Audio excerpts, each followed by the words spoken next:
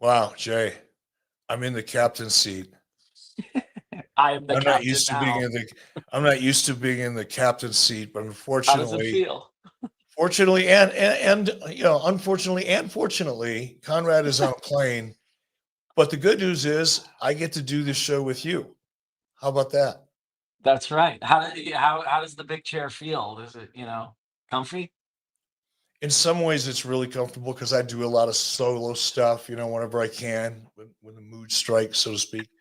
Right. And I have fun doing that. It's pretty easy, especially when you've got fans you're interacting with and all that. So when we're live, it's always fun. I love taking questions live. I love hearing people's funny comments, and a lot of times really good questions. So Yeah. I've done enough solo, but not like this. This is different. Usually when I'm solo, I'm solo. Now I got a guest, so now I've got to be a traffic cop Yep. and and ask smart questions, which is always a challenge. Good for you. You're pretty smart, my friend. Sometimes I Well, we'll wonder. see. I've got a pad. I got a pad. I'm writing all down the smart ones. So here's what we're going to do today, everybody. Because Conrad had to travel, there was just no way around it. When the opportunity's knock, you do what you need to do. So we thought, okay, should we do a best of where we just, put it all on Super Dave Silva and his team and go back and bring you some of the best clips from all the shows? That's actually kind of cool once in a while, but I don't like to lean on that. It's kind of just, feels like it's not putting in 100% effort. So we put our heads together. We said, wait a minute, no, the show must go on. You know that deal. Jason, you grew up with that. I did. It's in your gene pool, for crying out loud. We're going to talk about that. But anyway, we said, okay, we got to do an interesting show, but it's got to be about wrestling. Well, who should that be? Got a list of go-tos, wrestling people with other podcasts, do each other favors. And that's all cool. I do that from time to time. But then I went, wait a minute. We've only scratched the surface with Bischoff-Hervey Entertainment and that relationship and how it started and where Jason started and like, where the hell did this all come from? So I thought, wouldn't it be kind of fun if you and I sat down for a couple hours and just riff like we used to, Ashley, Yeah. and kind of go back and take a look at Hulk Hogan Celebrity Championship Wrestling and all the things we've not talked about on a podcast. And then you, fortunately, jumped right in, said, absolutely, it'll be a blast. And here we are. So thanks, Yep. Jay. I appreciate it. Absolutely. Of course. Of course. You call, I answer. All good. So I'll, let me start off. Jason has been in show business almost his entire life, like since he was 4. 4. Yeah. That's a long freaking time. And we're gonna take a little journey. We're gonna go through that time tunnel Mm. and see how you and I ended up That's actually right. even here today. Yep. Because it's really kind of a fascinating story and not one that you would expect to find just in the normal course of business. So before we get into the showbiz part, what's your earliest memories growing up and where did you grow up? Grew up in Southern California in West Los Angeles. Um, Easiest way to think of it is if you know where the UCLA college is Yeah. in Westwood, not far from there. And when I was probably about 3 years old, was at my uncle's house, Uncle Howie, and I was fortunate enough to have very close relationships with my cousins, and tight knit Jewish family. We do stuff all the time together, and my uncle had a friend that was a voiceover artist, and he would be at some of the family get-togethers and stuff like that. And from the time I was 3 to the time I was 4, for about a year, he kept saying to my mom, hey, Jason, he's got chubby cheeks, he's this cute outgoing kid, he's singing and dancing and making people laugh, blah blah blah. he should really think about, doing commercials. What would you think of that, Marcia? My mom's name, may she rest in peace. And for about a year, he kept on my mom about this. And finally, my mom called my uncle, her brother, and said, you've got your college buddy, who's always, hanging around, and he's, keeps saying to me, "Oh, Jason should be in commercials. Let me just introduce you to my agent." And my mom said, "Well, you think he's just being polite? What's do you think he's serious about it?" And my uncle said, "Well, I guess if you don't take him up on it, you will never know." So, my mom, took me, and Eric, I'm telling you, at 4 years old, I remember, I remember parts of this, okay? Right. She, had a very small her name was Beverly Hecht, okay? She had a very small agency right, on Sunset, Eric, like where the Roxy and the Rainbow Yeah. is, like, Yeah. yeah, okay. So she had a little office above a nail salon, okay? That was, right there on the Sunset Strip. And I remember walking up these very, very long, flight of stairs with my mother. And when we got to the top of the stairs, which happened to enter into like her kind of lobby waiting area, like a receptionist, there's only like two offices. And Eric, it was like being in an episode of the show Mad Men, okay? It was like a time portal, okay? Even though it was daytime outside, it was very dark in there, and it was like smoky and like dimly lit. And I hear this lady's laugh, ah, ah, ah, ah, ah, ah, ah, ah. And I'm like, oh my gosh, is that like the Wizard of Oz behind the curtain? And the lady was like, "Jason Hervey," and my mom was like, "Oh, that's us." And my ma, she takes me, in, and Beverly, like when you see in those movies, like those old, Judy Garland movies, like the women that would smoke cigarettes had them in in like Oh, a a holder. cigarette holder. Yeah, like Yeah, yeah, yeah. Cruella Deville. Yeah, Cruella Deville. Thank you. Exactly. Cruella Deville. Yeah. So she had this like Cruella Deville style cigarette holder. And I remember her chair had like this leopard print on it. Okay. And she's sitting there, This is like a puffing scene away. out of a really cheesy Hollywood movie. I'm telling you, it is. It was my life. So the lady goes, Beverly Heck, she goes, "Come here, sit on my lap." Okay. That would probably never happen, today No. in Oh, no, it violation of probably does. We won't read about it until the depositions. Amazing. And yes. So anyway, so I go over there, like I sit on her lap, and I just remember the smell like of her perfume. It was Yeah. it was poured on.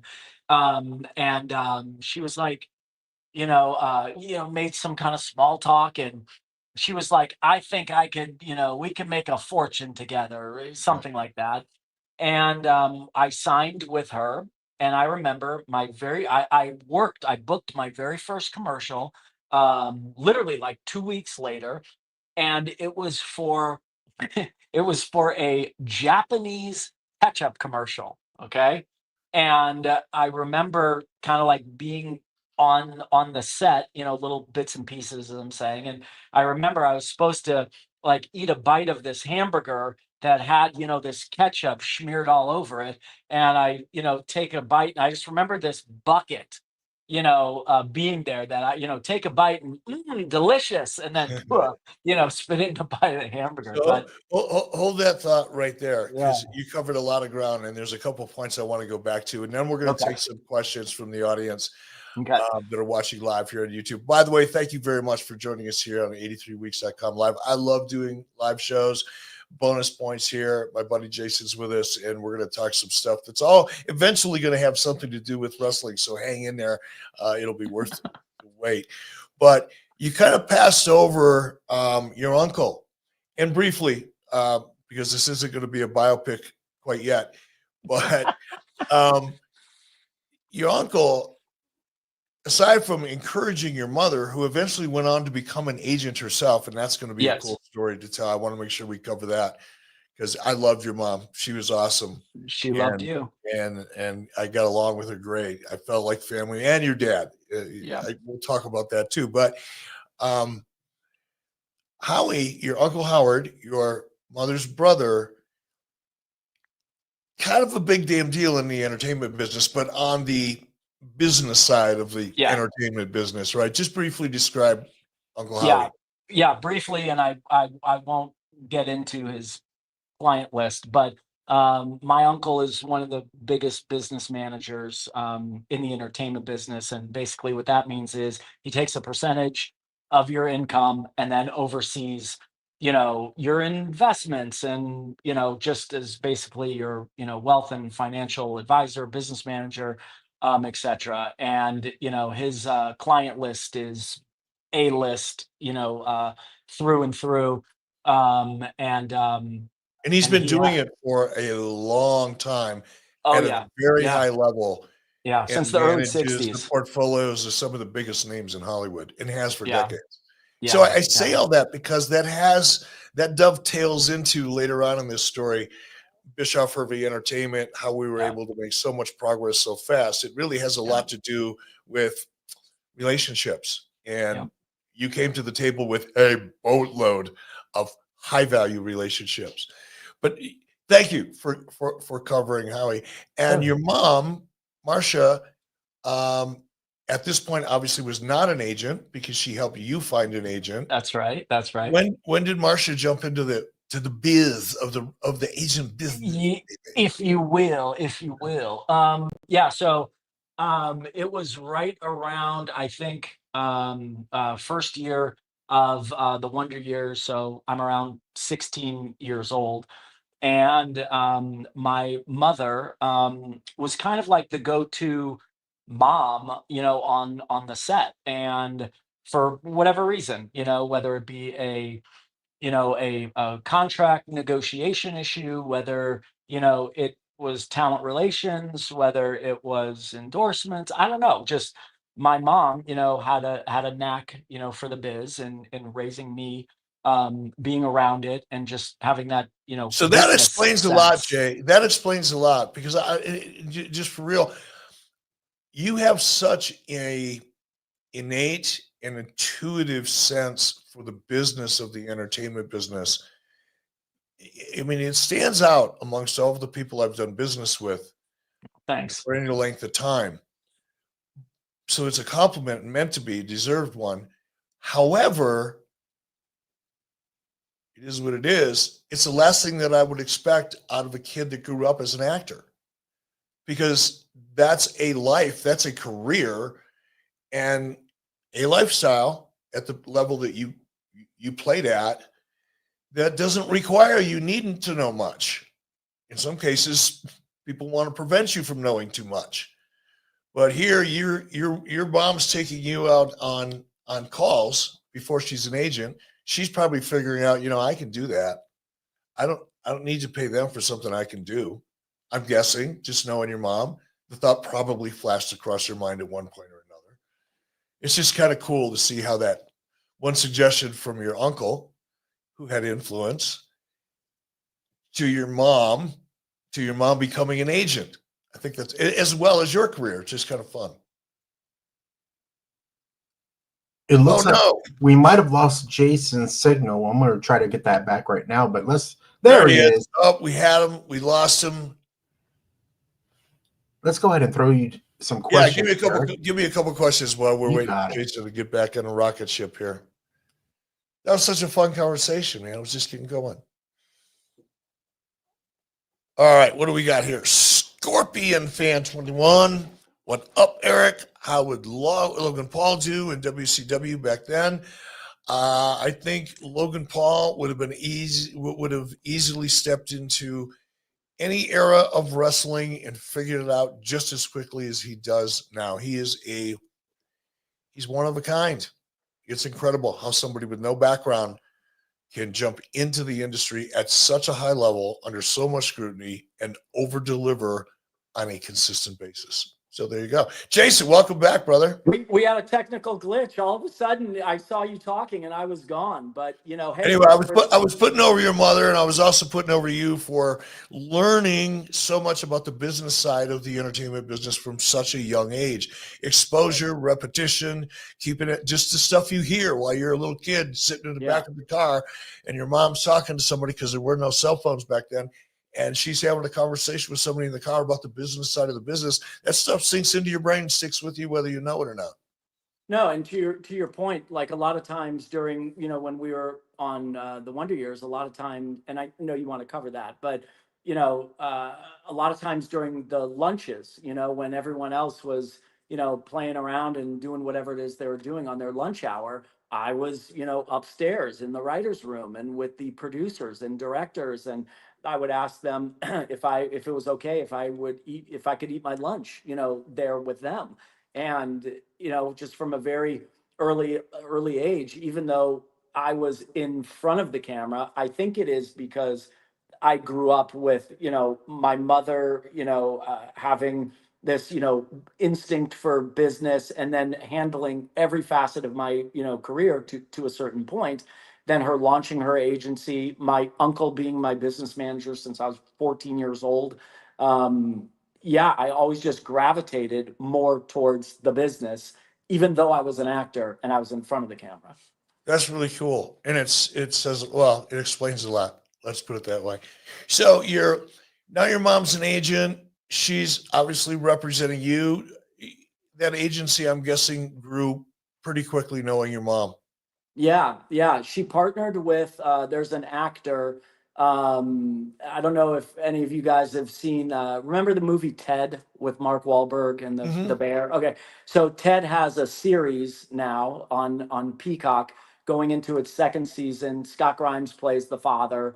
You know, he's been a working actor, you know, like me, like, you know, pretty much his whole life.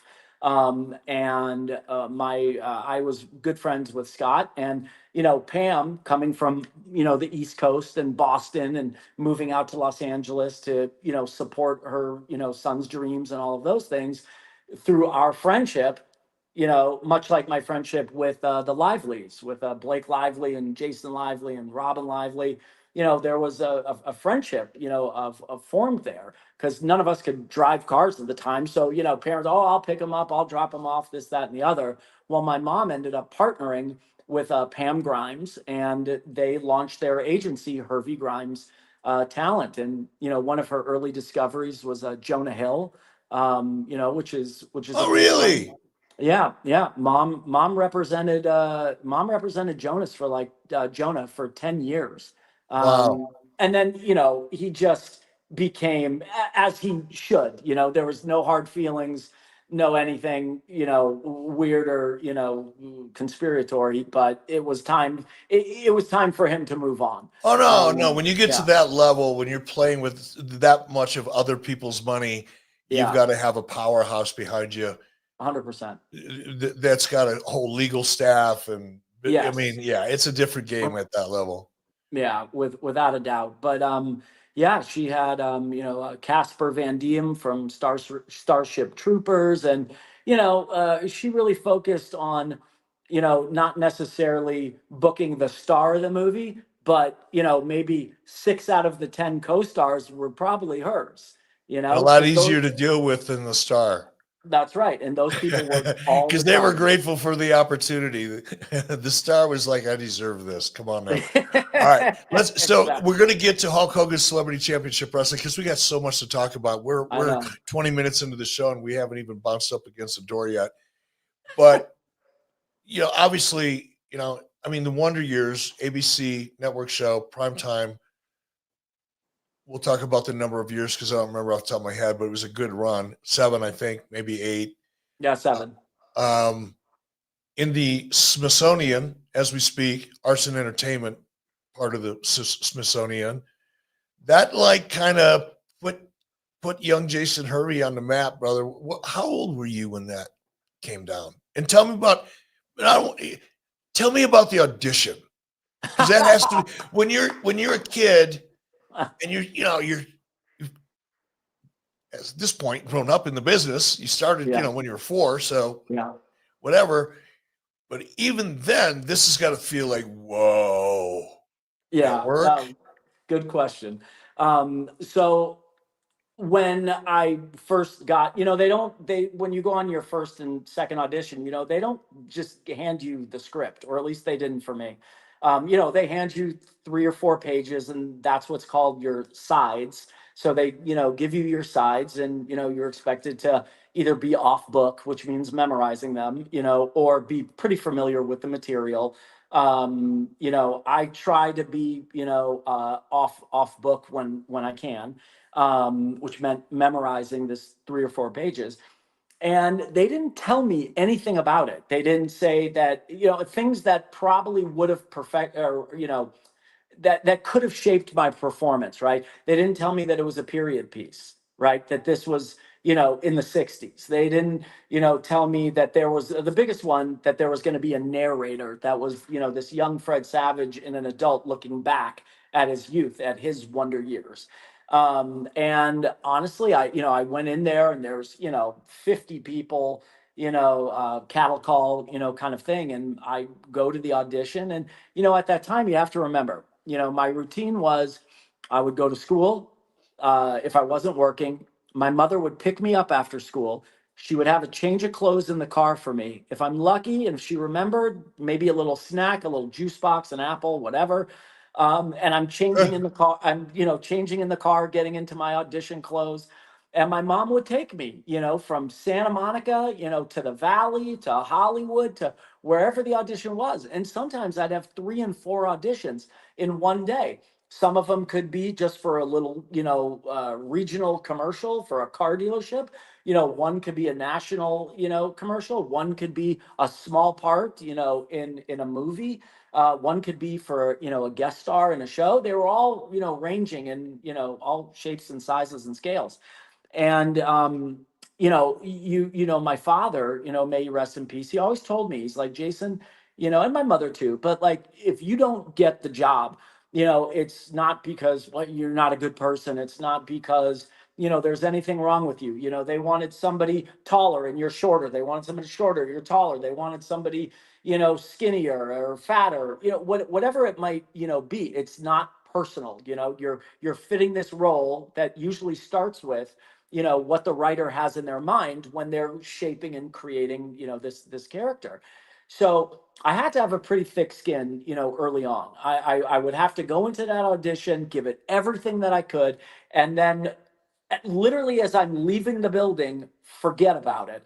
Because, if you became emotionally attached to something and start thinking about, in what ways could this potentially change my life, financially, celebrity, and most of all, you're a kid, so you're not really thinking of those things. You're thinking about, can I get home in time before the street lamps go on, and I could play some, football in the street with my buddies, or ride my skateboard or my bike, but you're around the business, and you pick things up, so you're kind of like a kid in your age and in your stature, but in some ways you're a little bit more business minded, because you have to sit in a certain place, you have to be told, don't laugh, stand still, do this, do that, and you're expected on the set and in your auditions to behave as an adult even though you're a kid.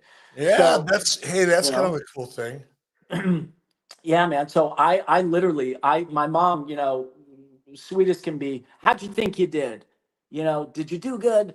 And I would say, Mom, I'll be honest with you. I thought I blew it. I really thought I blew it.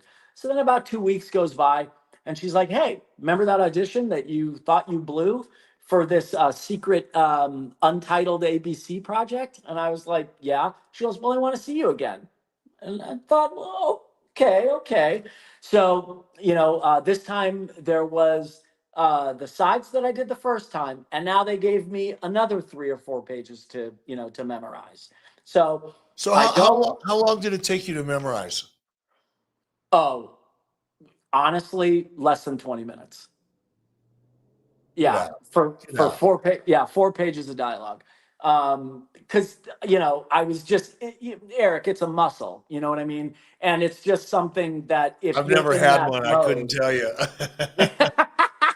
But no, if when you're in that mode, I know it sounds, neat, but when you're in that mode and just doing it, it's muscle memory.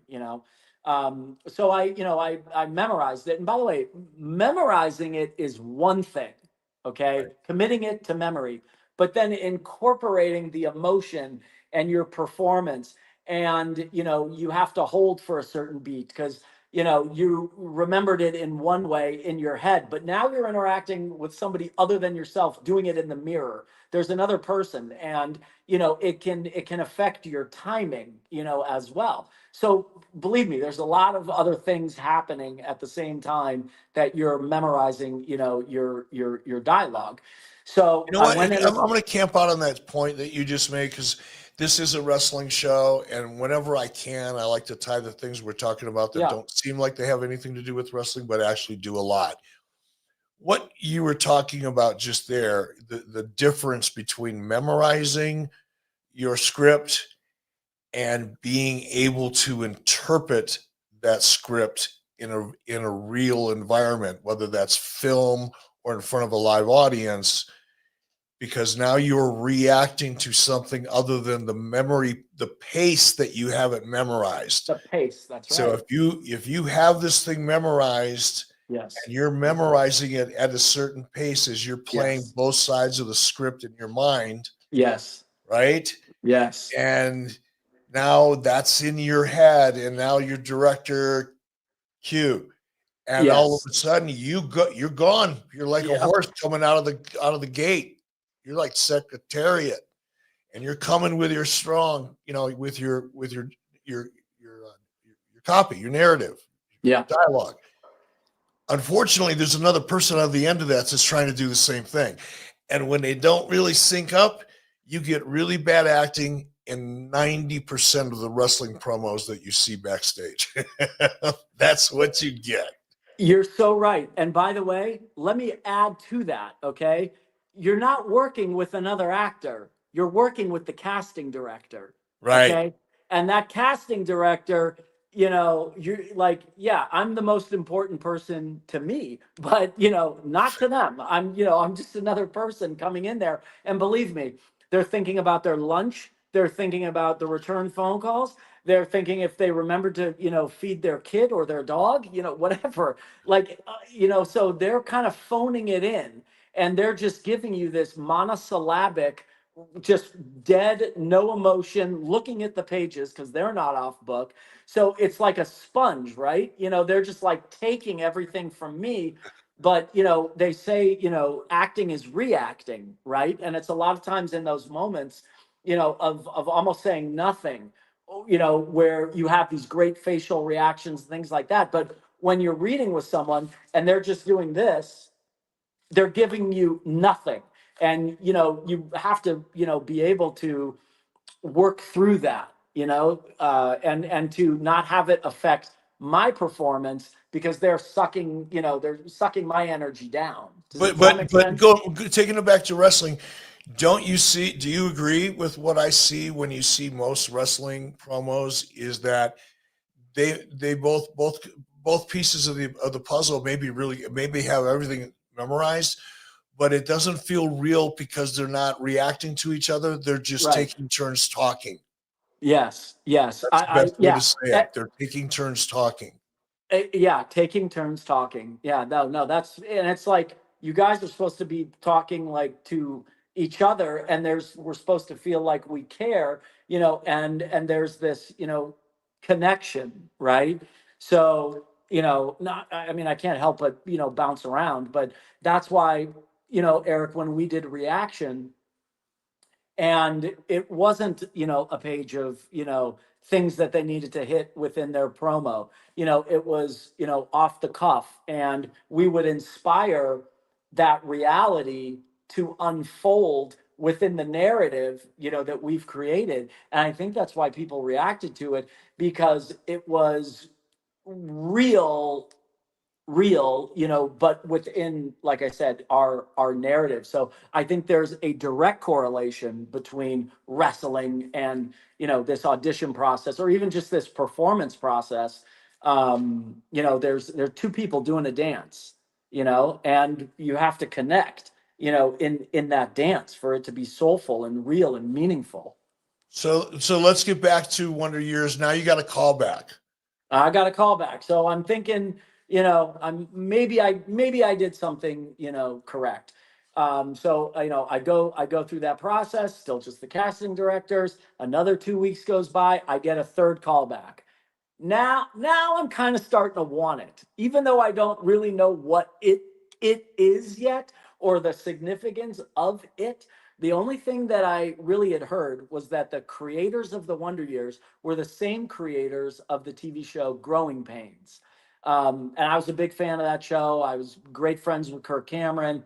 So I knew that it would be, smart, and because Growing Pains was at ABC and these were the creators of Growing Pains and this is their next show, I knew that the network would probably, get behind this. How old were you then? How old are you right now?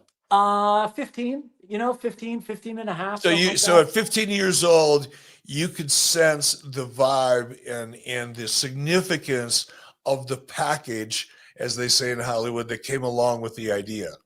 Yes, yeah, and now I'm starting to want it, even though I was told you got to forget about it the second you walk out of that building, now I want it. And those casting rooms were going from 50 people to 20 people to 8 people to 3 people, okay?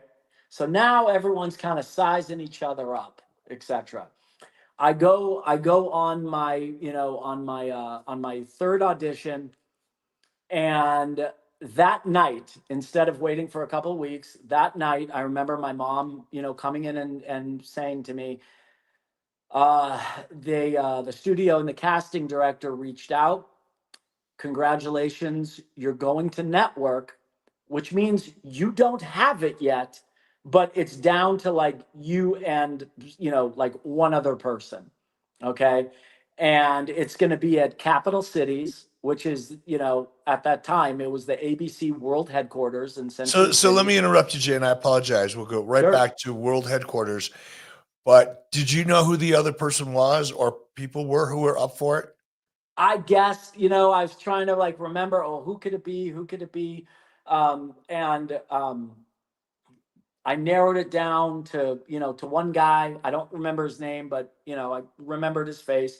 And we looked very different, So I could see that we both kind of got over with our performance, and now it's going to be a look thing, because you got to Huh. remember, none of these people are family. They have to cast the family, so there has to be like, now it's like mix and match. Okay, we Right. got this sister with this brother, possibly with this father, but we really love this mother. It's Well, kind of like Ancestry.com for Hollywood. Yes, bingo, exactly. It's just like that, okay?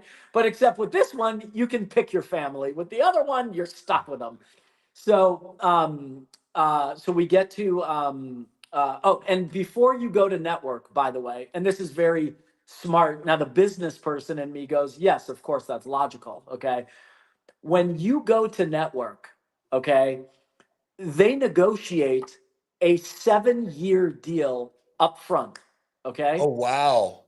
Because they're not going to have you get the part and then you've got them somewhat over a barrel in terms of a negotiation. You know what I'm saying? That's They're smart. and they're not going to go, well, geez, if the pilot does well, let's let them renegotiate. Yeah, that's not going to happen. That's like, putting the belt on somebody and only doing a like a one event contract with them. And then you put the strap on them.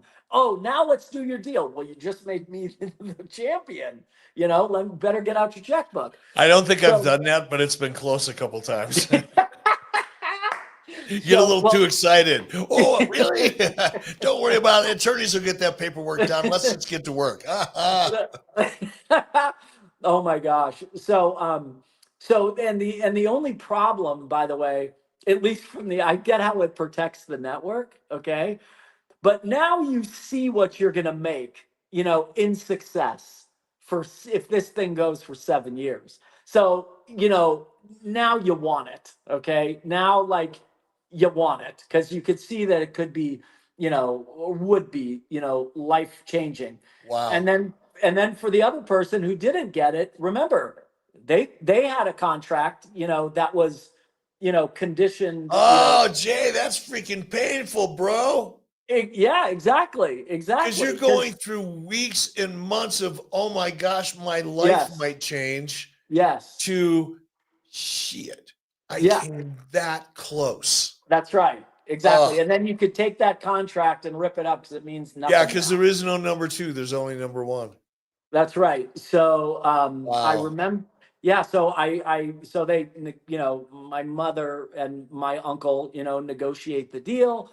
Everyone is happy, and they do it like real quick. They're like, the audition's in 2 days. You have to negotiate the 7-year deal. Like, let's go. So Yeah, I'm now, pretty sure. I'm sure Uncle Howie has seen those 7-year deals before and knew yes. what he could and couldn't do. So that was probably pretty seamless process, at least for the first one, right? Yeah, exactly. Because in success, in around year 4, we did all renegotiate our contracts. Right. But you had to band together to do that. Did you guys go on strike? No, but I think there might have been 1 or 2 days somebody had the flu. So anyway, It's so yeah. much like, people don't realize it's not totally obvious because the real parallels between Hollywood and the way you grew up and the way you're talking about business and the wrestling business are not that much different. I think, to be honest with you, everybody says, like, guys will say dirt sheet writers, it's just everybody in that business is, they're never going to tell you the truth. They're going to lie. They're going to manipulate you. They're going to do, like, people in the wrestling industry, executives, even at the highest levels, are like the worst people in the world. They're evil. Wow. Fuckers don't even know evil till they spent 20 minutes working in Hollywood. Exactly. Evil, when I say evil, I'm talking about absolutely ruthless business people.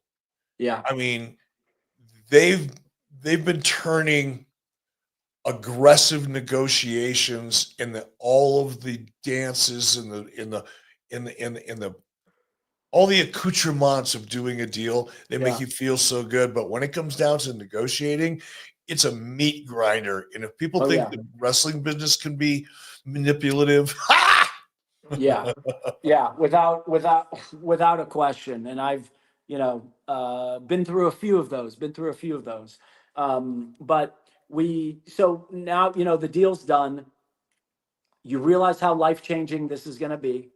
Okay, if you get it, and I go into capital cities, and it's this, 2-story lobby, and everything is black leather and granite, and, covering every inch of the wall, is, who's the boss and different strokes and growing pains, like all these like mega hit shows. And you're like, wow, maybe my poster, if I get this and this show could last, maybe it'll be on, in these hollowed halls, one day.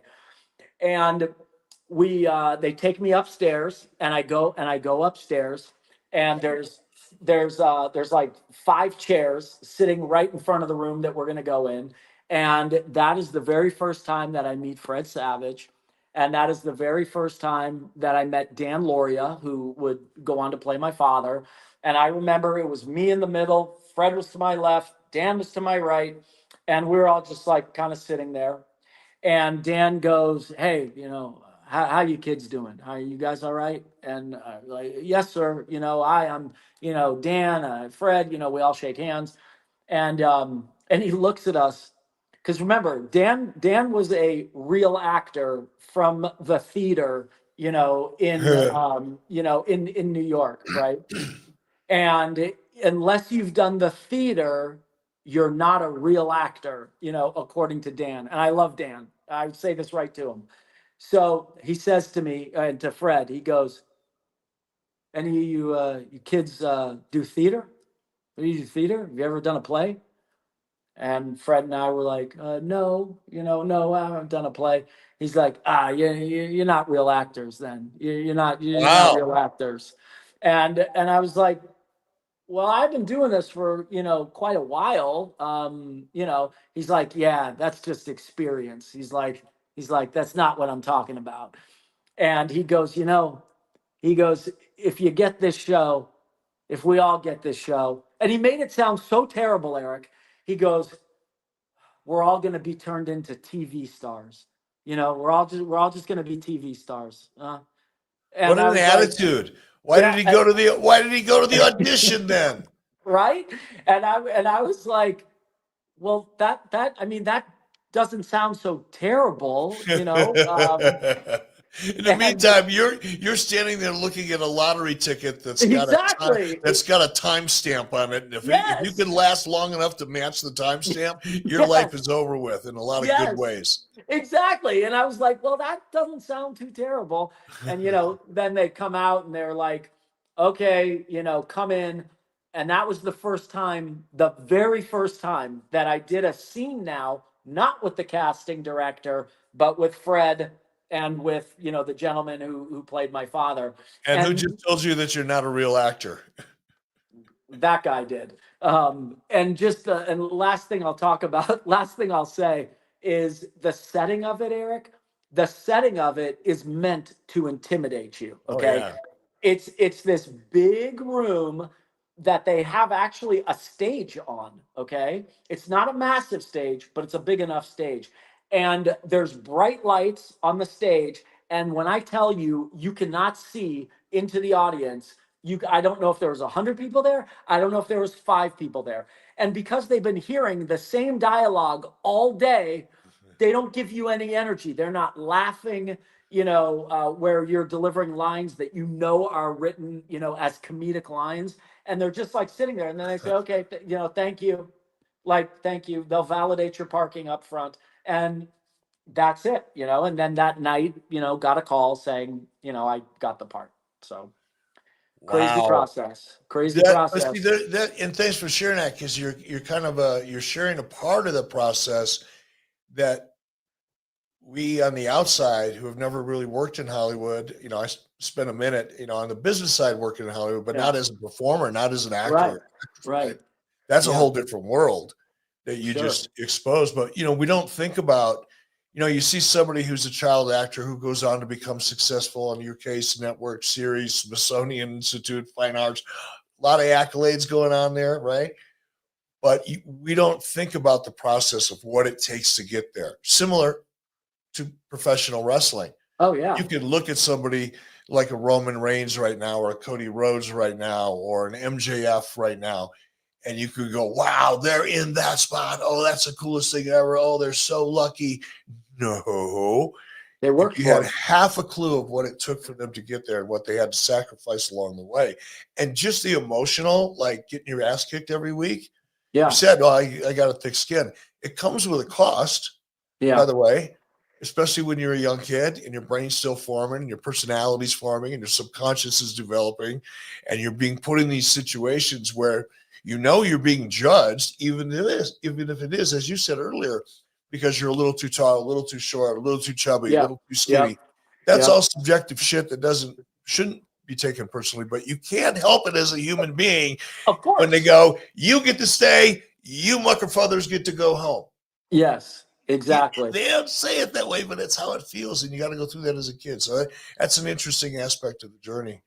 Well, and Eric, what's interesting, and this is why I love the business, the wrestling business, and I have so much respect for the performers, because for the athletes, what they go through, and I would say, in some aspects, in a lot of aspects, it's a lot harder than an actor, or an actress, in a movie, because wrestlers, when the art form is done perfectly, and and Hulk, my long relationship with him because of you, he taught me, as well as you taught me, a ton, about the business. And Hulk would always tell me, he's like, you got to listen to the building. He's like, the building will tell you, what you're doing right, what you're doing wrong, and you have to be able to, adapt and improvise, to that. And without cutting a promo, okay, and the baby face and the heel, and we know who everybody is going into that match. When wrestlers can tell that story with no promo, in just the physical in the physical attributes and their moves and what they do, it's beautiful and it's amazing for them to tell a story with no words. That's a physical story, and you're going to know who your bad guy is, you're going to know who your good guy is, and it's going to tell you this. And it's the psychology of the story, but there's a lot of similarities between Yeah, acting and wrestling. I've used the analogy before, where, and not even really an analogy, but it's just an example of how, in a Broadway play, because it's live, Yeah, much like wrestling normally is, it's live. There's a crowd there, um, and you're on a stage instead of a ring, right. and you've got cast members instead of opponents, and you've got the written word, which is your dialogue, which Hmm. is a big part of your tools. Yeah, In wrestling, you have a stage. It's called a ring. You have your co-stars, which are your opponents, yeah, right? And the big difference is your narrative is physical. You don't have dialogue. You'll have some, but the most significant part of a wrestler's dialogue isn't the spoken word. It's what happens, as you just pointed out, inside of the ring, and the ability to not only tell that story inside of the ring, but reinforce the character at the same time. yeah. That is an art form. I agree with you 100%. It's professional wrestling done well, because we all see a lot of professional wrestling not done so well. But when it's done well, as you preface this by or with, it is really a beautiful thing. And it's really fascinating. If you get past your own biases, if you're kind of like, I don't really know why this wrestling thing works. There's a lot of reasons why that wrestling thing works, and why Yeah, it's still dominating that's the right. world of entertainment today, That's much right. to the chagrin of all those people that went, gee, it's wrestling. I don't know if that stuff really works. I get a kick Bigger out of than that. ever. Bigger than Hey, ever. listen, we're going to move this along a little bit. I think we're going to end up doing another show, because there's a lot of other ground I want to cover. So I'm going to take the liberty here to fast forward us through the time tunnel that is Jason Hervey's life, and how it how it collided with one of Eric Bischoff's. But let's fast forward through a lot of that stuff. But real quick, 30 seconds or less, elevator pitch, two-story building. You're walking into the elevator. Tell me your first memory of being exposed to professional wrestling. Saturday morning with my father and my brother. Georgia Championship Wrestling was on local channel 5. I think it was like a KCAL affiliate, and it was the Four Horsemen. It was Tony Schiavone. It was Ric Wow. Flair. It was Hands of Stone, Jimmy Garvin. It was Barry Windham. It was, yeah, that's my earliest memories of it. It was the thing that brought us together. And when I say us, meaning my father and my brother and myself and my dad, who grew up in the Bronx, New York. He would go and sneak in to Madison Square Garden, and he would watch, professional wrestling. And, that was something that he, passed along to my brother and I. And it's, how we spent some time together. So he probably bought tickets to Vince McMahon Senior's WWF in Madison Yeah. Square Garden at some Well, point. notice I said he snuck into the garden. Yeah, I there you go. didn't. There you go. There you go. And then later in life, you somehow got you were in a four-way stop with Terry Funk, and you guys ended up hanging out. What's that about? So I love your style of questions now. I did this was before the Wonder Years. I did a series on ABC, did 13 episodes. It was called Wild Side. The actress, very lovely lady Meg Ryan, played my mother, and Terry Funk was one of the stars, and I played this town kid named Zeke. Yeah, we did 13 episodes. We went up against the Cosby Show, so we did not do more than 13 episodes. We got canceled because everybody was watching the The Cosby Cosby Show. Show. Exactly. But I'm telling you, when I did, it took us about 8 or 9 months to do these 13 1-hour episodes. It was a Western. And I'm telling you, I was probably the biggest thorn in the side to Terry Funk, because at that time, remember, I'm a fan. I watch it on Saturday mornings. Wait a minute. How did they cast a Jewish kid from West LA in a cowboy movie, in a Western? What? Hey, just put a hat on me and some boots, and put a little Did you make all the rest of the actors look taller? Was that it? put a little schmutz on my face, and it looks like I was hanging out at the corral. I don't know. Oh, So that's awesome. So yeah, man, I'm telling you, between every take, I would go up to Terry Funk, who was just, he didn't have, the gift that I had of memorizing, 5 and 6 pages of dialogue in 20 minutes. He's sitting there between each take, like trying to memorize. He probably didn't want to be bothered. And I'm like, did you ever wrestle the Junkyard Dog? Did you Say, ever how long wrestle did it take him to want to adopt you? Well, yeah, I was just asking him so many questions. Did you ever wrestle Tito Santana? Well, what about Hulk Hogan? How about Andre the Giant? It was, I just must have been such a pain in the side, but he couldn't have been any nicer.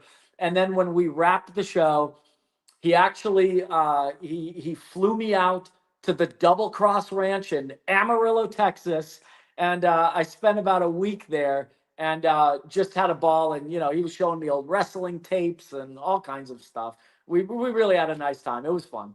Hey, so what I'm gonna do, because I've just got to take a leak. There's no other way around this. I can't. Do you want We're me to take live right now, and questions? I'm not gonna try to make some stuff up just to make Do it you, do sound you want good. do you want me So to take questions while you go do the wrestling? here's what I propose.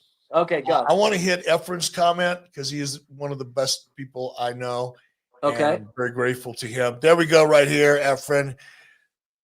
He loves you, Jay, and he's thanking you for being a part of the game event to Top Guy Weekend. He was our game show host with the most, and I'm telling you, Jason, Oh, he was great. He was great. he's beyond great. He's not only one of the nicest people in the world, he's so talented, and I'm telling you, this guy is a game show waiting to happen in today's market. I'm going to take a leak. Super Dave, could you give Jason some questions from the crowd while I'm taking care of business, so to speak? 100%. Go do your thing. All right, I'll be back in just a minute. All right, I'll try not to wreck your show. I'm sorry. Hold down the fort. I'll hold down the fort. All right, let's go. Okay, here you go, Jason. From What Coach Rosie. What are your cardinal rules when negotiating a deal? Ooh, okay. So I got to put over Eric here for a second. Eric told me long ago that when used correctly, the word no, if you really, really mean it, the word no is the most powerful word in the English language. And you have to know what you are willing. You have to be willing to walk away. Okay, so that's one of my cardinal rules. You have to have the ability to, I like to say, sometimes the best deals I've done are the ones that I didn't do. Okay, because it just, for a variety of reasons, whatever. You have to know when to walk away. You have to know, and you have to do that in advance. And whether that's a dollar amount, whether that's a time commitment, whether it's something creative that you feel passionately about, you in advance of that negotiation, you have to have the ability and to know when to say no and what your walkaway point is, and you have to mean it.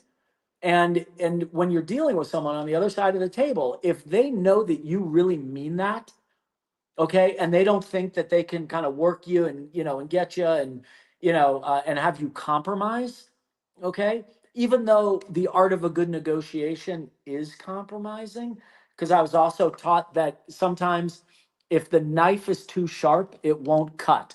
Meaning that you should feel a little bit of pain on your side, and they should feel a little bit of pain, on their side. That really is the mark of a good deal, to be honest with you.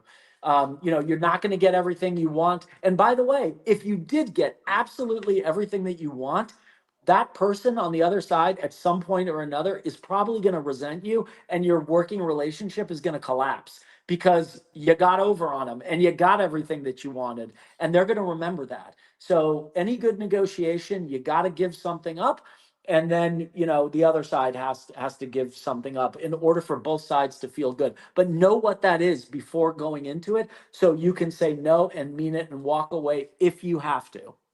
I wish we could have figured that out long before we did. There's something to be said for learning shit the hard way. But Well, I could have had 2 Harvard educations by now. Well, as they say, it's an applied science, not an exact one. There you go. There you go. All right, where did we leave off? We left off with Terry Funk and him wanting to adopt you because knowing any professional wrestler who was in the position that Terry Funk was in at the time, and seeing some kid that could come in and look at a script, eat a candy bar, and then memorize it, you'd want to get as close to that kid as you possibly could. Hoping just, from a wrestler's perspective, you just won't get the rub. That's right. Come here, kid. Right. Come here, kid. Let me rub your head and see if it works. All right. So further, as I, hit to warp speed and zoom through the time tunnel that is Jason Hervey's life. Yes. You and I formed BHE. We'll talk about it in depth in another time. We probably covered some of this already. We formed BHE sometime, I don't know what it was, 2002, 3, whatever, 4, I can't remember. Somewhere in that early time. You're living Bischoff. There it is. There it is. There that it is. Beautiful logo. I remember that. Big, beautiful logo. Yeah. And look at us. I still had black in my beard back then. Those are the good old days. Right. Women would still look at me when I'd walk into a room. Now it's just like, oh, make room for the old guy. You don't want him to fall down and break his hip. But we fast forward, we get to BHE. Now I'm going to tag back into your mom again, because this is why I developed such a lovely relationship with her. Money's no problem for me at this point, neither for you. You're transitioning from Huntsville, Alabama, and a pretty interesting story and scenario Birmingham. there. You haven't even made it back to all your stuff's still in Alabama. You and I eat some oysters, shoot some tequila, and decide we're going to launch a production company in Seattle at WrestleMania. That's right. And we get to work right away. I didn't even have an apartment at that time. I was staying at the Radisson Huntley Hotel down in Santa Monica. Oh my God, did we have stories to talk about? Do we ever? That was fun. Living at the Radisson Huntley, which was like one of the coolest bars in Santa Monica. And going to Michael's. Don't forget. Yeah. Michael's. Oh yeah, that was no fun at all. But we do all this, and we're hustling, but we have to borrow your mom's car because your stuff is still in Huntsville. My stuff is in Scottsdale. And we just said, no, let's get to work now. I didn't buy a car. I stayed at a hotel. We borrow your mom's car, and we're zooming all over, pitching throughout Hollywood. We open our first office in your mom's apartment building that she owned. Somebody moved out, and she let us. Eric, my grandmother passed away. That's why I didn't want to say that. I didn't want to say that. That's okay. That's in case it came off cold. I don't know how I come off sometimes. Sometimes I know exactly.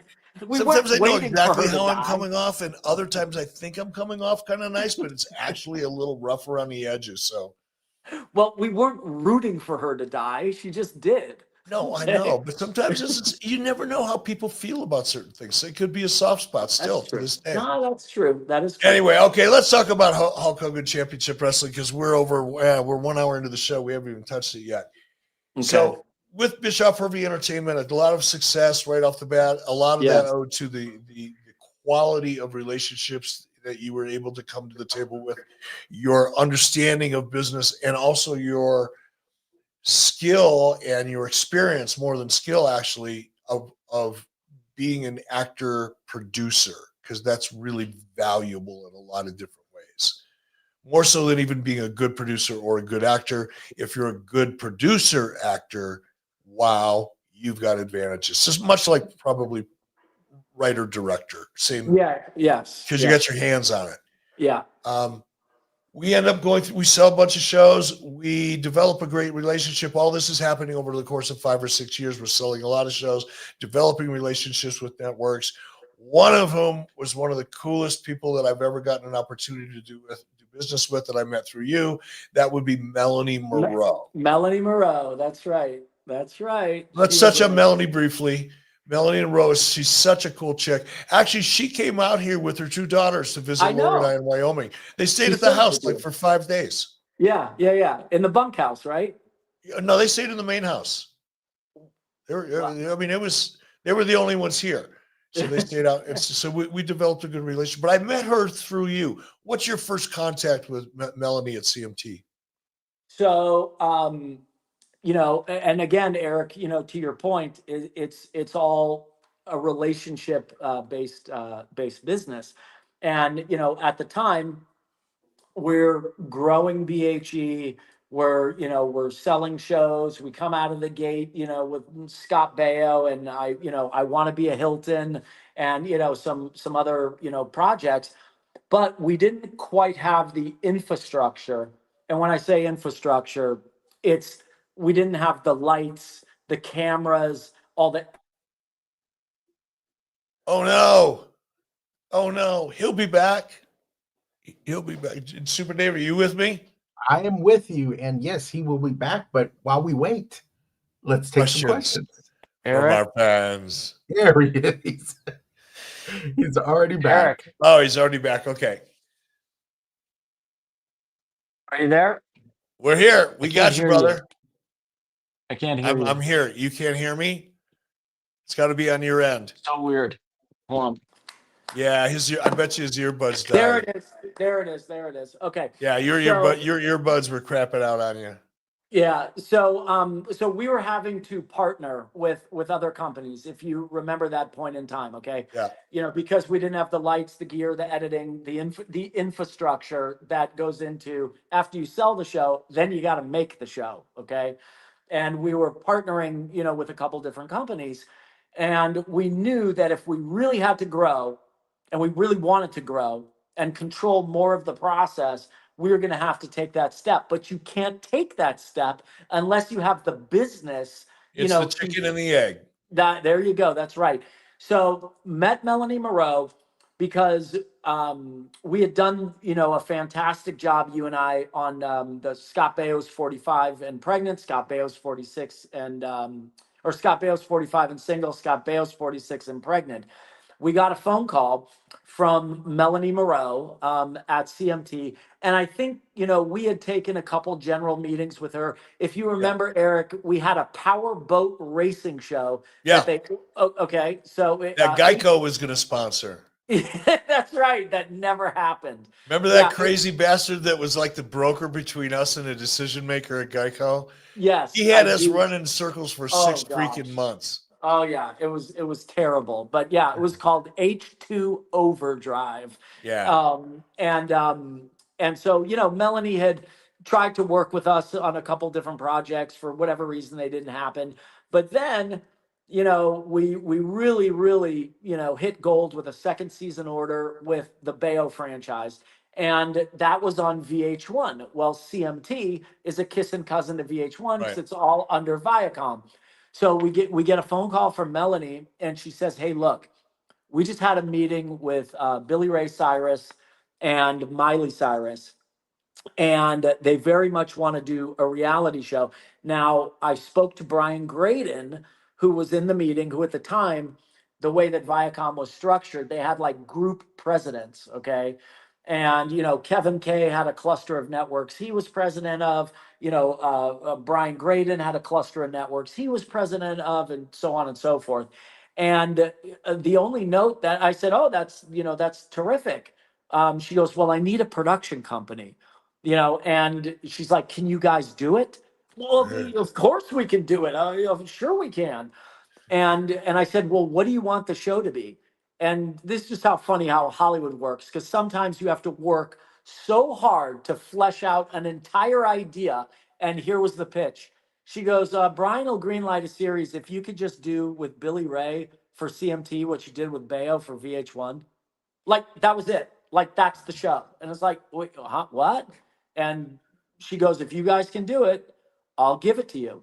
And at that time, Eric, you and I had to, make a Right. real serious business decision if this was the direction we wanted to go in.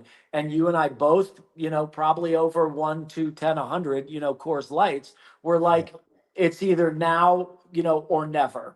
And we made that decision, and and it worked. And from the Billy Ray Cyrus show, came the Ted Nugent show, came the PBR Posse show, came several things, and of course, Hulk Hogan's Celebrity So tell me Championship specifically Wrestling. what you remember, because I remember a couple of the early, just you and I going, okay, they're interested in doing something in wrestling. I think that was like the Yeah, lead yeah, in, but yeah. it's, they want to do a competition I'll elimination tell you. format.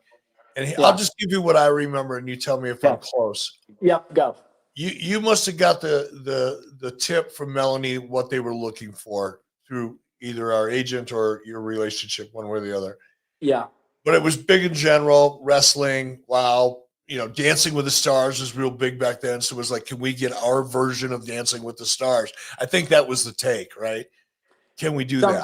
Something along those lines. Yeah. And I wanted to do real people. I didn't want to do celebrities. I remember you and I were in Harold's Bar in Scottsdale. Yeah. We're talking about this at the main bar. Yeah. And we both wanted to do the show. I felt fairly strongly about real people. You felt even more strongly about doing what the network wanted to do, which was celebrities. So you and the network won. Yeah. Well, no, I mean, it was, and because I think if I recall, I remember, being at Harold's, and, like Celebrity, right, was so popular. Every network was trying to have their signature show, Right. that, and Celebrity was happening, and the Surreal Life was popular, but they didn't want to do like a house-based celebrity show, and they did. They were like, kind of like, what's our, these are their words, not mine. What's the redneck version, of a Dancing with the Stars? That's exactly it. And for people, Yeah. I know you have to always say a disclaimer, right? Yeah. Because you don't want to offend anybody, Right. unless you're me, and then you really don't care. But you just got to be honest about stuff. But that's how they would characterize their own programming. That's right. The redneck version of. So That's right. if there's, a real highbrow, competition elimination show that was like killing it on the network level, Right. they want the redneck version of that. That's right. That's right. So Yeah. And Eric, what was that? Because I remember when we were talking about, do we use celebrities? Do we not use, celebrities, even though that's what the network wanted? And you and I were never shy about trying sometimes to either talk in or talk out of, a network's position and advocate for what we believe creatively. Right. But of course, at the end of the day, we're going to do, go where the business is. But what was that show that the WWE did a zillion years ago, where they were taking real people, turning them to wrestlers? Al Snow was on. What was that show called? Oh, Super Dave. What was that? Tough Enough. Thank you. Look, he not only knows, he's got the graphic at his freaking fingertips. How does that happen? What kind of a clairvoyant Mexican are you? He's Super Dave. That's why he's Super Dave. Now you guys know why I call him Super Dave. I'm That's right. stumbling around for words and a name and a title, and I stutter it out like I half-ass think I know I'm right, and there it is in the graphic. That's right. And that was the point, was that if we just did, the civilians, it was going to be, CMT's version of Tough Enough. And they wanted, oh, Eric, remember this note? We want to do something loud and buzzworthy that comes with its own built-in audience. Sound familiar? Right? Real quick. Both Jason and I were represented by one of the coolest agents that either one of us has ever worked with. His name is Hans Schiff. Yeah. I think he's retired now, but he was and he's retired because he was good at his job. That's right. And he's super cool guy, very young, as agents go. At that time, we're all 20 years older now, so things are different. but cool guy. Where was I going with Hans? What was the point you just brought up? Oh, we were talking about Buzzworthy. Comes Oh, with no Buzzworthy. built-in So audience. when you have an agent, if you're a production company like we were, or recognized as producers, and you were represented by an agent, then they would send you, these Yes. emails throughout the week of what the latest updates are The from network needs their list. interface with different network executives and various pitches that they were in throughout the week. So it's really, really good intel if you Yeah. can sift through the gaga of it all. Yes. And Yes. the gaga is the opening line that was at the head of every one of these emails, so general. Everything had to be buzzworthy, water cooler potential. That's right. All these really, beautifully sounding, phrases that sound like, well, hell, that's not hard. It's Yeah, just something but that's what going to is get it? 18 million people dropping Yeah. what the fuck they're doing so they can watch what we think is a good idea. Yes. Yeah, exactly. Yeah. Yeah. They would tell you everything that they wanted it to be, but with the exception of what it is. Yeah, because they don't know what it is. Until it walks in their office. That's how that town works. Nobody knows. Nobody has a freaking clue. They're walking around like with their eyes closed in a dark room, bumping into shit, hoping that they're going to bump into something that actually feels good. Yeah. That's what they're doing. Exactly. And your Exactly job right. as a supplier or an independent producer, whatever you really want to call yourself, to get yourself through the night and make yourself feel better about life in general, whatever you think your job is, what your job really is just to drag shit in and see if you can find something that they think is exciting. And by the way, and hiding the fact that nobody knows just a little bit better than the next guy to keep your job. Yeah. Because they'll never tell you, we got no clue. What are you talking about? It's a fascinating business, and it's fun to make fun of because the process is so subjective. It's crazy. And so non-analytical. No. And not even analytical. There's just no rhyme or reason to some of it. Yeah. It's so subjective. Anyway, so we get the word that we need a redneck survivor or something. Dancing with the Stars. Dancing with the Stars. So we, much to our internal discussions and debate, we know what we got to do. We do Hulk Hogan's Celebrity Championship Wrestling. That's right. Did Viacom say we want Hulk, or did we pitch Hulk? No, I think we came out and we we dangled him. Yeah, we put the cherry on top of the format of the Sunday. And yeah, so we put him in the pitch. Let's be real. So we put him in the pitch, plastered him all over the deck, knowing we didn't really have him, but he might be interested, and we used that to sell. That's exactly right. And welcome to Hollywood, kid. Welcome to Hollywood. That's right. That's right. Yep. And we actually had a small bidding war, and that means when one network and another network wanted at the same time, and we were able to get a couple of other extra things in our deal that we normally wouldn't have. But we had a great executive in Melanie who was fighting for us.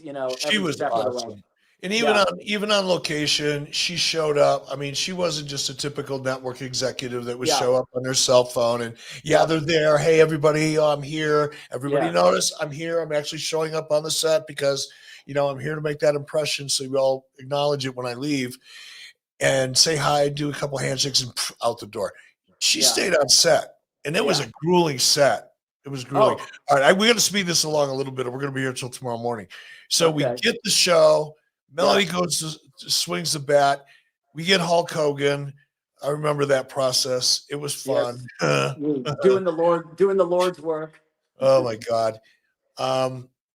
But I had my hands. I had my work cut out for me with Hulk. Anybody that's ever did business with him knows that.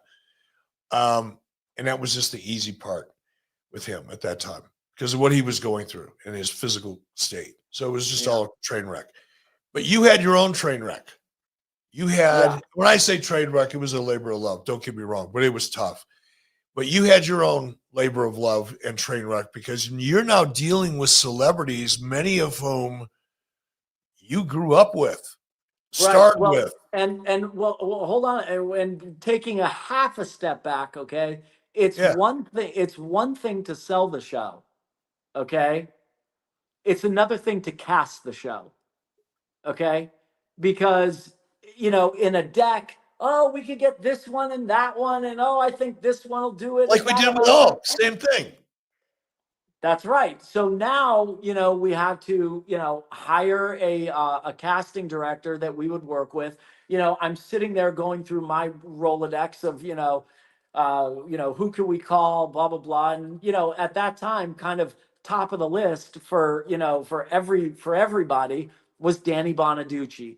And, I Because he knew was that. hot back then. He had a hot radio show in Chicago that back then. Yeah, and he also had his own reality show on VH1 that That's right. did well. And Danny's one of those people where he's kind of like, crazy like a fox or crazy smart. It's like it's a work. It's not for real. It's kind of a shtick that he puts on. And once we got we had Hulk, which made it easy, easier, to get Danny, which made it easier, to get some of the other people that we got. And you also have to. Jason, so let me interrupt you a few times along the way. Yep. So when you say it makes it easier, is it just like, is it confidence? Is it like, well, if Danny Bonaducci does it, because we know he's got a good attorney and he's making big moves right now and he's getting a lot of attention. So hell yeah, I'll do something he's doing. Is it more for the rub, or is it more just on a personal level because they're getting a chance to work with someone they know? No, it's the first one, not the latter. It's definitely because you want to put some heat on the project. You want it to get some momentum. You want people to want to also be in the show. And there's kind of an art form in doing that, because otherwise we're sitting there and making those calls, and nobody wants to, especially in Hollywood, nobody really wants to be the first one in, and there's safety in numbers. So it's like some people are going, hey, even if I don't see it right now, that guy's hot and smart, or that gal is hot and smart. So I'm just going to do it because they're doing it. And yeah, I'll get that rub, and maybe they see something in this that I don't see. And I'm going to go, I'm going to go for, I'm going to go for it. The other thing was our pay structure. Even though it was, a reality show and people were guaranteed a certain initial compensation, every episode that they survived, they got, another paycheck. So they got a base, and then they got, bonuses for It was not just being, basically pay as you go. yeah, for not being eliminated. Exactly. And, in managing, those people. So we had Frank Stallone. Okay. We had Aaron Murphy. We had Dustin Diamond. May So rest in peace. slow down, man. You're like a racehorse. You're so excited. Well, I So felt bad. You said we've eaten up so much time. no, we are, but it's with good stuff. But I don't want to skip over some of the cool stuff here. Aaron Murphy. I grew up watching Bewitched. I don't know how old I was. What was that, like 1968, 1969? Something like that. Somewhere in there. So I'm probably 14 or 15 years old. But I remember her as a little baby in Bewitched. Right. And now I've got a chance to work with her. I know that people listening to this right now are going, he's getting all excited about Aaron Murphy. Yes, I got really excited about Aaron Murphy. I couldn't wait to meet Aaron Murphy, because even though I was 14 or 15, 13, 14, 15, somewhere in there, whatever it was still kind of part of my childhood. Yeah. Like before I got a driver's license and all I wanted to do was chase women and drink. It was before that, when I was as close to being, kind of pure as possible. And it went off the rails after that. So that still represented kind of part of my, early childhood. So I was really excited to meet her. Here's the best part. She's an absolute sweetheart. Yeah. She's the nicest person I've ever met. And I still follow her to this day, and we, stay in touch randomly, but she's a really, really, really nice person. Yeah, and she had the right attitude. She was pretty game, for going through these She was challenges. competitive. That's what surprised me about her, Jay, is she Yeah. was like, not when it was time to work out. Yeah. It wasn't like, oh, wow, you mean I have to do this? It Yeah. was like, okay, show me how to do that. She was Yeah. training. I don't know if Nasty Boy was training her, Brian Or Beefcake, one of the two. Oh yeah, either one. God, flip it. How'd you like to have to flip that coin every morning and pick which one you wanted to work with? Oh my gosh. Talk about flip a coin. Heads you lose, tails you lose. You're just screwed. You're going to get one of these two knuckleheads. By the way, speaking of knuckleheads, Eric, do you remember during that time when Hulk got his Grateful tattoo, you got your Grateful tattoo, and of course, Mr. Beefcake didn't want to be left out, and he got his Grateful tattoo, except he put one extra L on there, and his was Yeah, he spelled wrong. misspelled it. So yeah, quick backstory on that.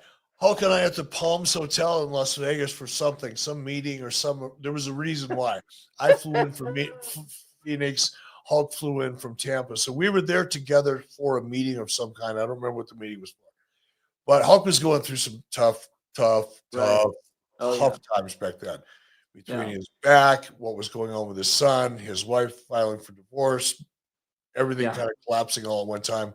It was a tough time for him. He's come out of it amazingly well, and I admire him for how he's come out of it. Same. And all that. But that was a dark period of time. So I'm with Hulk, and I'm, he's trying. I wasn't in any kind of a bad spot, but I felt bad for Hulk, and because I knew what he was going through that a lot of people didn't see or hear about. And I'm trying to prop him up. I'm trying to keep myself propped up, to be very honest about it. He walks by, I can't remember the name of the tattoo shop that was in the Palms, because they had their own TV show for a while. Oh, Hart and Huntington. And Huntington. He was tight with those guys. He had an apartment or condo at the top, and all that. So he said, "Come on in, I'm going to get it, Grateful on my wrist." And I said, "Well, hell, me too." So we had probably both downed a fair share of beer before that, but we sat there and got those tattoos. But yeah, I remember Brutus. And you guys are like, look at mine. And he's like, look at mine. And we're like, you spelled it wrong. Anyway, Aaron Murphy was a sweetheart. But putting that together, how tough was it? How tough was it to get Bonaducci? Bonaducci, he had some initial questions.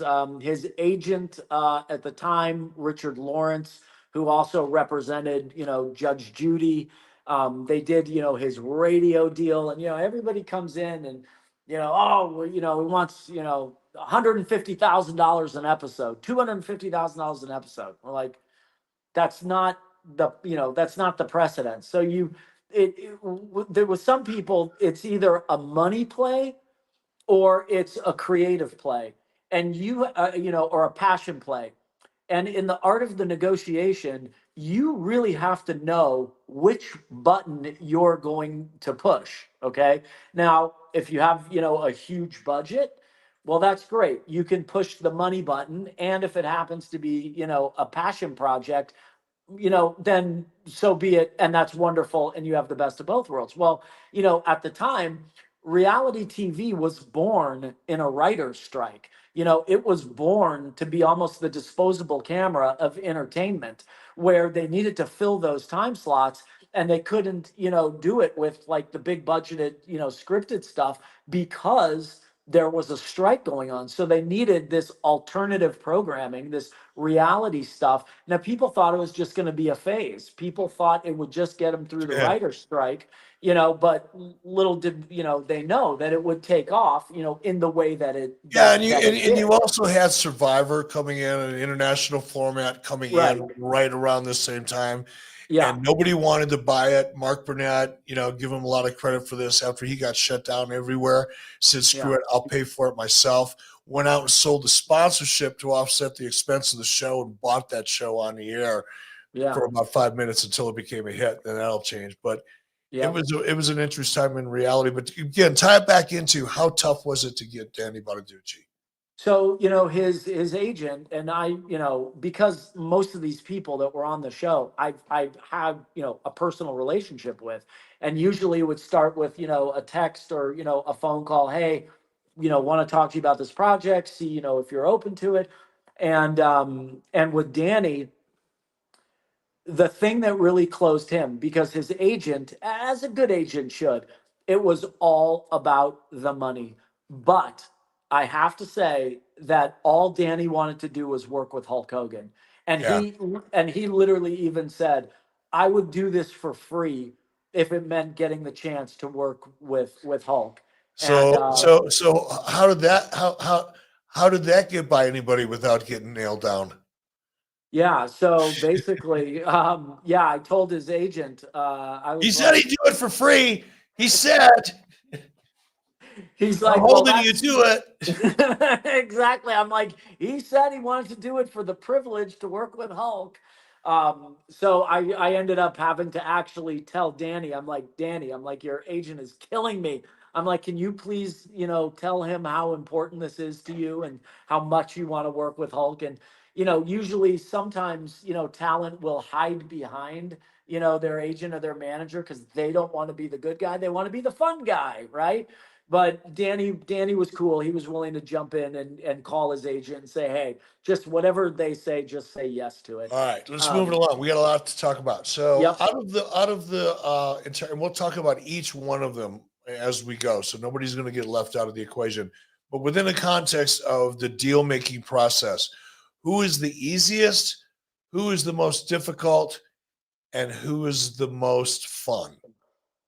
Oh boy, that's a good question. While you're playing with that, I'm going to take another leak. Have at it. You got it. I would say that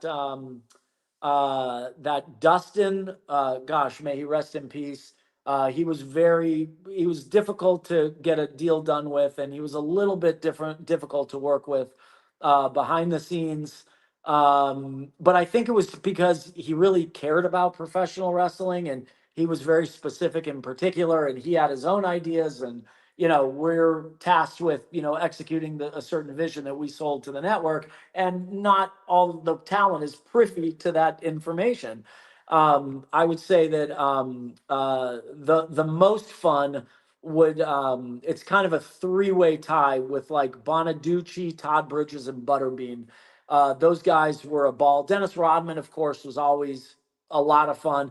And he actually took it seriously when everybody else was goofing around and doing whatever, because we had a gym that was also set up in our CCW compound, which was a old converted Michelin tire factory where they made tires in a very bad part of Los Angeles. That was like 150,000 square feet that we took over for a couple of months.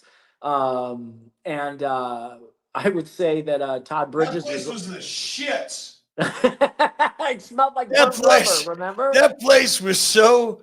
It It was was terrible. huge and It was great in terrible. a lot of ways because it had Yes. this really cool fight club Vibe. kind Yeah, of vibe exactly. to it. Yes, But it was freaking filthy. yes, it was. It was August in LA, not near the water, That's which is right. a whole different part, a whole different thing about LA. When you're not near the water, it just Yes. feels different. Yeah. Yep. But it worked. But anyway, so Rodman, yeah, he took it seriously. We had this gym that we had built in there, and he was working out. He was on the life cycle. He was doing his thing, and yeah, I just remembered that he took it pretty seriously. So that was fun, for me to see him take it seriously. Frank Stallone, who's a friend. I love Frank. If Frank sees this, I'm sorry, but he was the biggest baby. I don't want to hurt my neck. I don't want to jump from that scaffolding. I don't want to do that. What do you hit the ropes? The ropes aren't meant to be hit. What are you talking about? And like Brutus and Brian, they would just like kick the shit out of him in training, and he would sit there, with like ice packs and gauze and bandages, and like he was just a wreck. I think he was out on episode like 2 or 1. And like you see his Instagram and he's a boxer and and all this tough guy shit. Bullshit. And yeah, and he was like, "What? You want me to jump? Do you know how high it is off that top rope? What are you crazy?"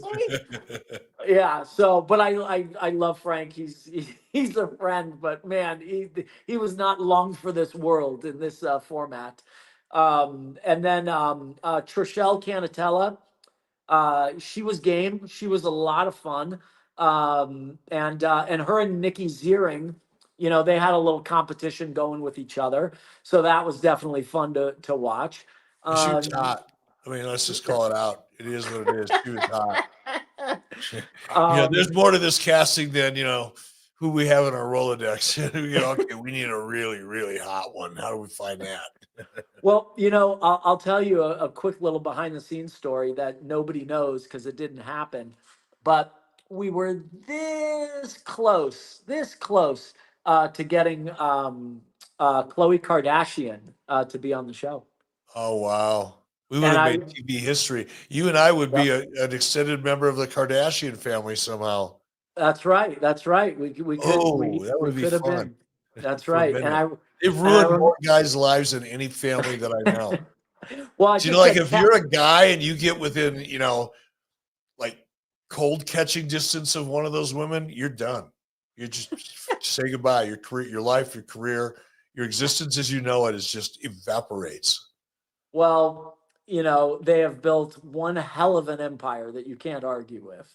Yeah, but Um, they can have it, man. I wouldn't want to trade places with those knuckleheads. That's a crazy life.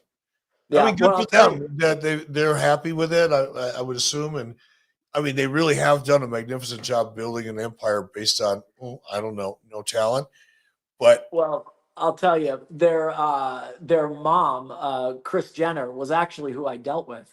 And honestly, I gotta say, for all jokes aside, whatever, she couldn't have been sweeter. She couldn't have been more oh, I'm sure. professional.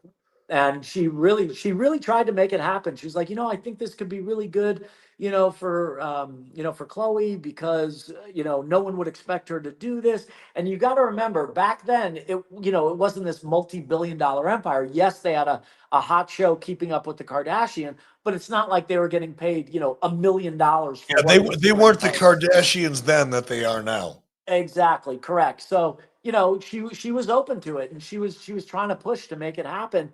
But, Chloe was a little bit just worried about, hurting herself. And she was very sweet, very professional when I talked to her. And it was like, hey, she's like, maybe if there's a season two, so that was kind of a fun story. Yeah, I but didn't know that either. See, that's news to me. there you go. I didn't Breaking get to news have here on any of the good. 83 I didn't Weeks. get to. I didn't get to have any of those fun kind of cool people calls. I was in the back with Brutus and Nasty Boy Knobs. Laying out matches. Yeah, yeah, that's what I got to do. Hey, wait, don't forget Jimmy Hart, man. You sat on the judging panel with Jimmy Hart. Oh, baby, baby, baby, I love you, baby. Oh, I just love you. Oh, yeah, everything's wonderful, baby. Oh, it's so wonderful, baby. I give Jimmy Hart crap because he's such a character in real life. I mean, he really is Jimmy Hart. When you see him out on the streets, I don't think he leaves the house without it being obvious he's Jimmy Hart. Of course, that dyed black hair and a goatee and the sunglasses that have the piano kind of rims kind of give Sure, it away, even it in does in give a it away. crowded environment. But It I does. do say Jimmy is a great human being at heart. He He's got an is. amazing history and life and Yeah. experiences in the world of wrestling, and he's a good guy. But And he never he's ages. really easy to Never have ages. fun with. All right, what else do we want to talk about? What was the most fun part of it for you? What we're shooting the shows where it's grueling, it's tough, but it's working. What Yeah, when did you go? Like after you first start, because your first day or two, it's like, oh God, what's going to go wrong next? Because it always right, does. But when right. did you finally go? Ooh, I think we're going to pull this one off. I think when everybody got excited and we did like the first rehearsal and seeing everybody, vibe, and then, seeing them when cameras were not rolling and they're all going over their matches. Because if you remember, Eric, we had three wrestling rings. We had the two practice ones, and then we had the main event ring where they would, perform their match that they learned that day, and And et and cetera, and et just so cetera. people that aren't familiar with the show, there was a little bit of a competition within the competition because Yeah, there was Team Nasty Boy and that's right. Team Brutus. That's So right. they were, the coaches were competing a lot. That's That's why right. the rings were separated. So they didn't get to Yeah, watch each other train either, which is that's right. another interesting aspect of the show. Yeah, So we it was yeah we really yeah we really sequestered them in a great way where we tried to follow our own, well, we did follow our own rules of our format, which is they're going to train separately, the coaches are in it for bragging rights, and pride, and and whose match goes over, and and all that stuff, and the audience reaction. But I definitely had kind of a few celebratory moments when I would see when cameras were not rolling, even during their lunch hour, when they would be in their respective training centers, and they were working on their matches. I know. And at one point I was like, I think these people, I think they really want it. Like, they really want to look good. Like, they're really taking this seriously. And they were having fun, I think, because it was so different than anything else they'd ever done before. Yes, This was not like, typical structured reality shows where the producers create an environment that's and right. create a situation. And yes, it's technically speaking, there is no script. That's right. There's enough construction of Right.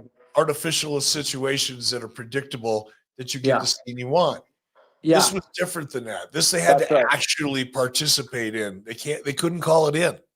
No, you're right. And people, and by the way, these people are, are performers, but they're not wrestlers. And I remember the only personal experience I could kind of compare the two is when I did Circus of the Stars. I did this with the Russian swing act for ABC. You did what? Circus of the Stars. Oh, I And thought you had said you were hanging out with Russian swingers, and I went, "What? What?" You're ridiculous. Oh my gosh. You're like, I know that place. Um, you're like, it's in Vegas. Anyway, no, I said the only thing that I can compare to from a personal experience is when I trained for uh, uh, Circus of the Stars, and I did the Russian swing act, and I had to train. Stop smiling, Eric. You're And never I gonna had say you're never gonna tell this story and say Russian swingers ever again. ever again, and ever again, and I had to train for like 8 weeks, and I remember having to take 2 of those weeks off because I couldn't move. So, and I mean, and I wasn't, and I wasn't like hitting a mat. I was on a trampoline, and I practiced things on me, and blah blah blah, and doing flips, but nowhere near like taking bumps, Yeah. getting clotheslined, running the ropes, doing all that stuff. So the more the show went on, the more beat to shit our talent got. And again, these aren't wrestlers. These are actors, And actresses, just to add some sauce to this, there's Todd Canelli in the background. He was our ring announcer, great guy, great play-by-play guy. Don't know why he's never made it to the big show. I think he's got a ton of talent. I got him a Yeah. spot in TNA for a little while, but it was too late in the game for it to matter. But anyway, the training was way harder than I thought it would be. I mean, Brian and Brutus both physically put this cast through more than I thought they would. And I Yeah. think they actually put them through more than they thought they would, because I don't think they anticipated a cast to come in and be that willing to dig in and actually do shit that hurts. You're 1,000% correct. And you have to remember, even though it was 8 episodes, it takes a lot more than 8 weeks to do 8 episodes. So for a couple of months, these people are our talent have dedicated themselves to training every single day, rehearsing their matches, performing their matches, recovering, and going through all of that training again. And what's funny is a picture that Super Dave showed earlier with Dustin and Danny.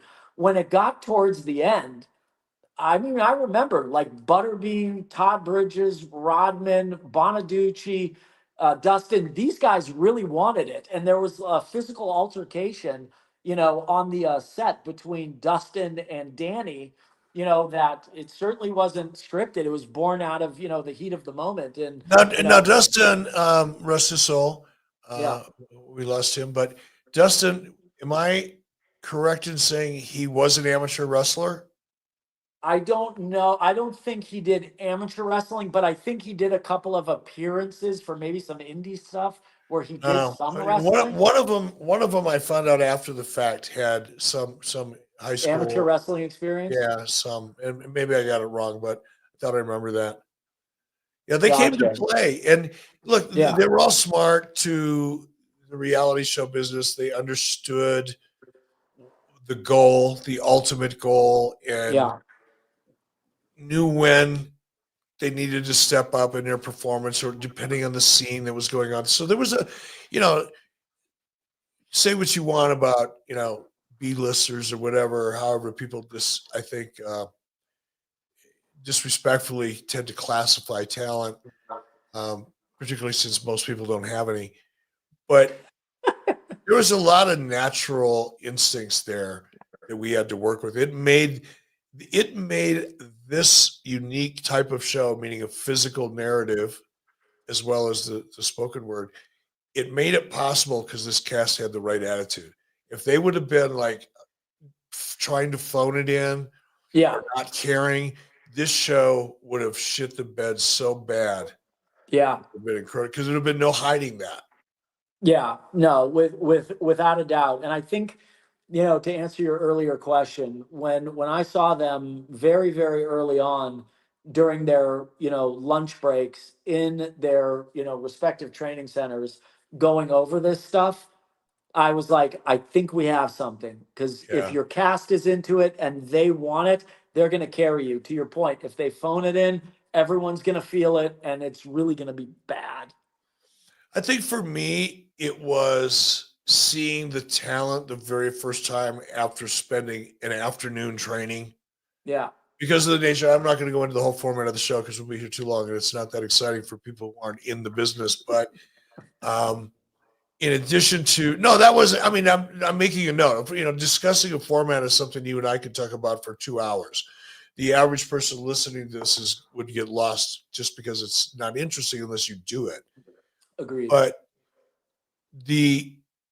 I went into it with such low expectations only because I didn't know what was and wasn't possible. So I Sure. managed my expectations when it came to what these people were going to be able to do in the ring. Yeah. And because I had managed my expectations, I think appropriately, as low as they were, it was I appropriate. expected nothing. Yeah, well, a little more. But I know I make jokes about Brian Knobs and Brutus. Well, Brutus, it's not a joke. I'm serious. But with Brian, I make things a joke because I like Brian. Despite all of his flaws, he too has them, like all of the rest of us. But he's a really good guy at heart. Believe it or not, he gets in his own way, but he really is a good heart. But both he and Brutus put in a lot of effort and Damn really right. stepped up and over delivered. Yeah. Way over delivered on even Hulk's expectations because Hulk had more confidence in them than I did.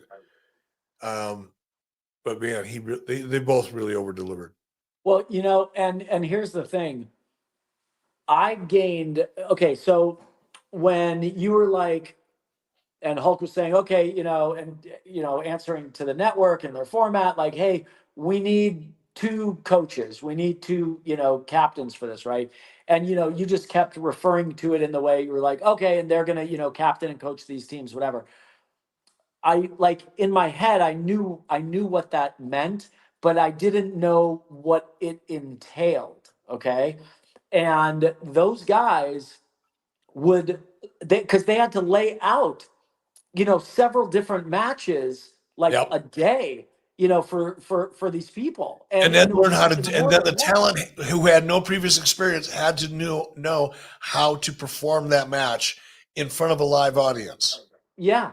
And I got a whole entire new respect for both of those guys for the role that they really played. So, because that could have been, by the way, where it fell apart. So it's like, okay, we've got a cast, their game, they're going to give us everything and maybe even a little bit more because some of them, all of them, they want this.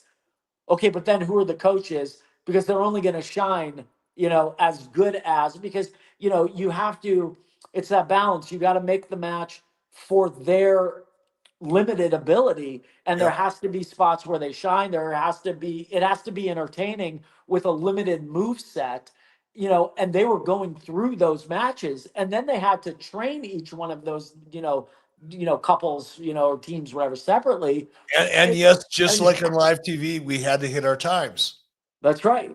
Yeah, without a doubt. Yeah, you're right. I'm glad that you took a pause and really saluted those guys' efforts, because if we had the wrong coaches in that spot, that's where we would have really fallen down. Yep, because it could have gone bad. So when the first time I saw, when we shot live, because these guys were training right up until an hour before showtime. I mean, we were really cramming a lot of preparation and pre-production into a day before they even got dressed to go out in front of the ring. That's right. It was tight.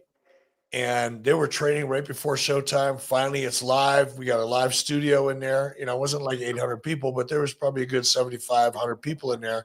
It's still live. Yeah. And they go out there, and I was shocked at what a great job they did. I was shocked. Yeah. And remember, also in between the training, we had challenges. Like, okay, in this episode, you're gonna pick your wardrobe for your character, That's and right. you're gonna have to do like a promo. So we kind of, broke down some of the things, in wrestling, from going to promo school, creating, your character and your wardrobe. So we had them doing a bunch of shtick, in between they're learning to do the matches. They had a lot going on. Yeah, they did. What was we're going to wrap this up here, and not the show. We're going to wrap this discussion up about the Hulk Hogan Championship Wrestling before we segue into some real Q&As. I know there are a lot of people sending in questions, and we didn't get to a lot of them because I didn't want to interrupt the flow of this conversation, to be honest with you. It was too much fun. It was too good. So before we wrap up this part of the conversation, what's your one favorite takeaway? What did you enjoy? What now do you enjoy looking back the most about that experience? I think that I had the opportunity to take something that was personally meant a lot to me, still means a lot to me. And, it was something, like I said, that my father and my brother and I, came together. So to wrap up, a personal passion, with a business opportunity, and then do it, with you, my partner, my brother, who I love, with Hulk, our partner, our brother, who I love, with some of the cast that, were, friends of mine, some of, the BHE staffers, that we worked with. It was just kind of like, we had a good team. We had some good people on our crew. Yeah, we really did. It was just like a coming together of and as a matter of fact, on that show, my son worked on it. My cousin David worked on it as the first AD, Howard's son. So it was just like a coming together, of personal and professional interests, converging in this really fun business opportunity. Very cool. Very cool. So let's take a couple questions. We got a lot of them. Super Dave, you got some stacked up here. Yeah, Travis Midway. Travis is my guy. He lives over in the UK. He stays up. He does things all the time. Hi, guys. I've sensed a change in how the public sees celebrities since the pandemic and their political preaching. Do you think a modern day CCW would spawn some great heels if they played up to that? What's your take, Jay? I'll give you mine. When he says spawn some great heels, Eric, you got to answer that one. Do I think there could be, a fun climate in which we brought a version of this show back? Yes. But do I think it would be more than what that is? I'm not sure. I don't think so. Yeah, look, Travis, that's a great question. And look, political heat is like cheap heat. It's easy. It doesn't take much creativity to generate a reaction. It's really simple to come down strong, make a big, bold statement, and know that at least half the audience is going to hate you and half the audience is going to probably agree with you. And that's exactly how professional wrestling works. The unfortunate part, though, I think, is that people have had so much. They're so full of it. They're so tired of it. Yeah. They don't want any more uncomfortable political divisiveness or any conversation when they make the choice to be entertained. I myself will make a choice to do a deep dive into current events because I'm choosing to spend my time, however brief that may be or long that may be, because I am interested in something and I feel a need to get that information. But once I go, okay, I'm done with that information. Now I want to be entertained. Do not try Right. to get political with me, no matter, even if I agree with you, I'm going to turn the other way. Right. It's not what I'm in the mood to hear. And I think that's the risk when you use things that are pop cultural, hot, controversial, if it's going to be involved in wrestling generally. You take a big risk, and I don't think the risk is worth the reward. I wouldn't do it. But great question. I appreciate that, man. Thank you. AOTV Productions says, hey, Eric, what's your favorite thing about Jason? I was telling my wife this earlier today. Jason and I haven't worked together since, about 2015, 16, somewhere in there. And I think it's more like 17 because I think Dope Man for 8. Yeah. But by then we weren't really working as close together as we did when we started out. When we started out, we did everything together. We were in each other. We were in all the pitch meetings, all the development. We did everything together. And then we got bigger, and Jason kind of took over one side. I kind of took over another side, and we were still operating as a team, but in independent kind of. And we'd meet once a week in Orlando. yeah, to do wrestling, which was the common denominator.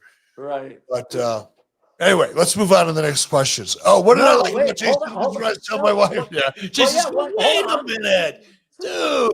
No, is that amazing balance that I've already referred to once in the show. In my life, I've known a lot of people who are really, really, really smart people. So smart that they're almost in that special category.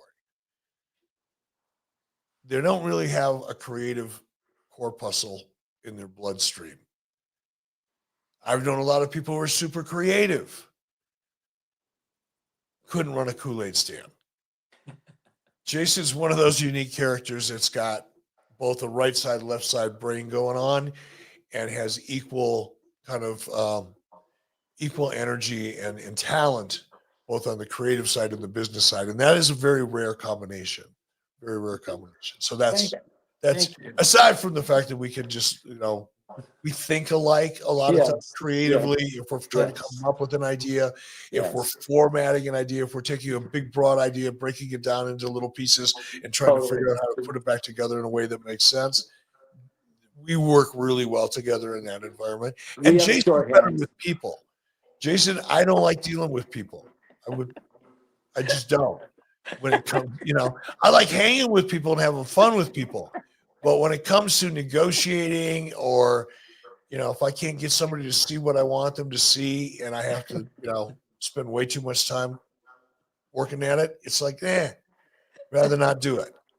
And that sounds arrogant, but one of the reasons I like working with Jason is because if I push and I push and I push and I push and I push, and he still wasn't giving in, I knew he was right.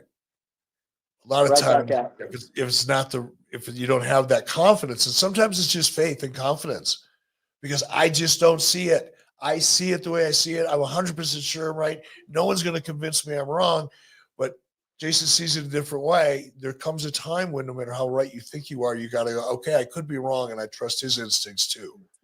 And it works both ways. It does. Both ways with you. And it does. And that's the magic when you find that kind of a working relationship, because nobody's going to always be right. I don't care who the fuck you think you are. You're wrong. You're never going to always be right. And when you can surround yourself with people who you trust, and I mean trust, I don't mean trust by like I don't want to leave my wallet in the room with them. I mean trust like instinct trust. Right. That's when the magic happens. Okay, another question. Micah Byrne, do you all have a sales process? If so, what is it? I don't. I just start winging shit. Yeah, I'm with you. I mean, you go in, look, you know what you're selling. More often than not, Jason, you can speak to this. Go into a little bit of detail, not much, but a little bit of detail of just kind of your psychology when you walk into a room with a buyer and you're presenting an idea they have yet to see. It hasn't been pre-pitched by your agent or anybody else. You're walking in cold, but you've got something you want to get them interested in. How do you approach it? I think you always have to try to find something that you can point to in a similar space that has success. Okay. And I'll just give, you said make it brief. So I'm gonna make it brief. I'll just give two quick answers. I'll start with the easiest one first. Sons of Anarchy was, a massive hit for FX. Okay. So the thought was, what can we emulate in reality television that could be our version of an unscripted Sons of Anarchy? And So then in other words, for the layman's out there, Jason, I'm just having fun with this. You're doing a great job, but I okay. gotta just have some fun with it.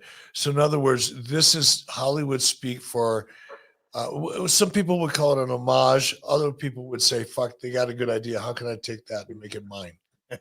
Right? Sure, that works. Because that's how the networks think. Yeah. They want their exactly. version of that. Yes. Yeah, exactly. And it's same story, different instance. VH1, we had this show that Montana worked on a bunch of our shows. But she really helped me prepare for the pitch, and she was my right hand. It was called Beverly Hills Fabulous, about an African American hair salon owner in Beverly Hills. Great people. Yeah. Really fun. Yeah. People. Yeah, and basically there was a show on Bravo called Blowout, and VH1 had yet to do one, and their bent at that time was, was urban. So it was taking something from another network that worked and putting it a spin that made it right for them. So if you can always point to something that works somewhere else and bend it and then shape it as your own and pitch to them, it's better than, having no accolades to point it to and go, I know this is a crazy idea. Well, But it's funny because there's a fine line, and we're going to get to more questions in just a minute. So don't think we're done on the questions yet. I promise we're going to get right back to questions in the next 30 seconds. But there's such a fine line between. Oh, you know what? I'm going to get into the weeds. no, Let's shift gears. you were gonna say there's a fine line between being original and being derivative. Yeah. Okay. Yeah. But here's okay. Now I can't help it. Go. And everybody that's ever listened to me on this podcast probably knows about exactly what I'm going to say right now. This is why I was hesitating to say it. But it's so much just about stories, and stories about formulas. And once you figure out the formula, the ingredients that combined within a certain trajectory and period of time throughout the course of the arc of a story, the telling of a story, once you figure out what those elements are,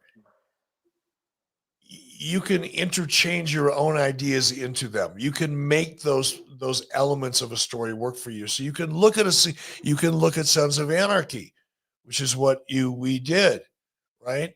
In creating a scripted version of the Sons of, or a non-scripted version of the Sons of Anarchy.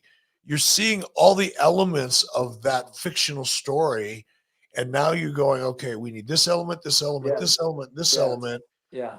And if we combine it all together, we can put it against this completely different narrative and background.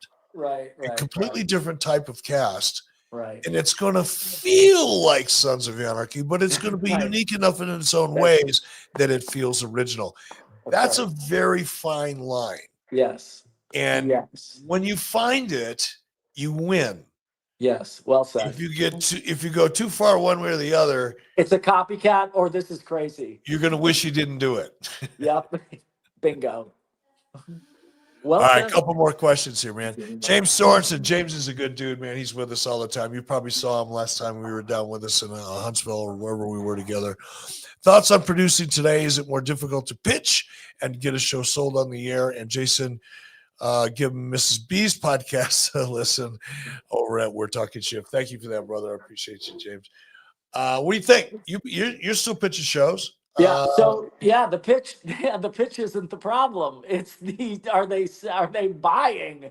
It's so pitching it's in some ways it's harder, in some ways nothing has changed. But what has changed is the marketplace, to a large degree. Right. And a lot of it's funny, there's and Eric taught me this, there's a pendulum, right? And there's when there's going to be a whiplash, right, when it goes like either all scripted, all reality. And basically right now, there has been more and more and more scripted shows Yeah. that are That's taking been some of happening those for about reality 10 slots. years. Yeah, That's it been, has been happening for a while.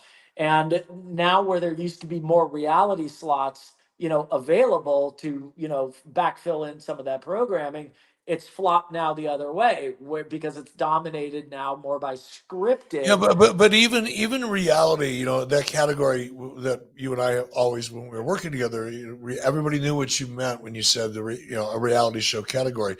But now even reality has broken down into kind of subcategories, Yeah, docs. in doc dramas Yeah, and yeah, yeah.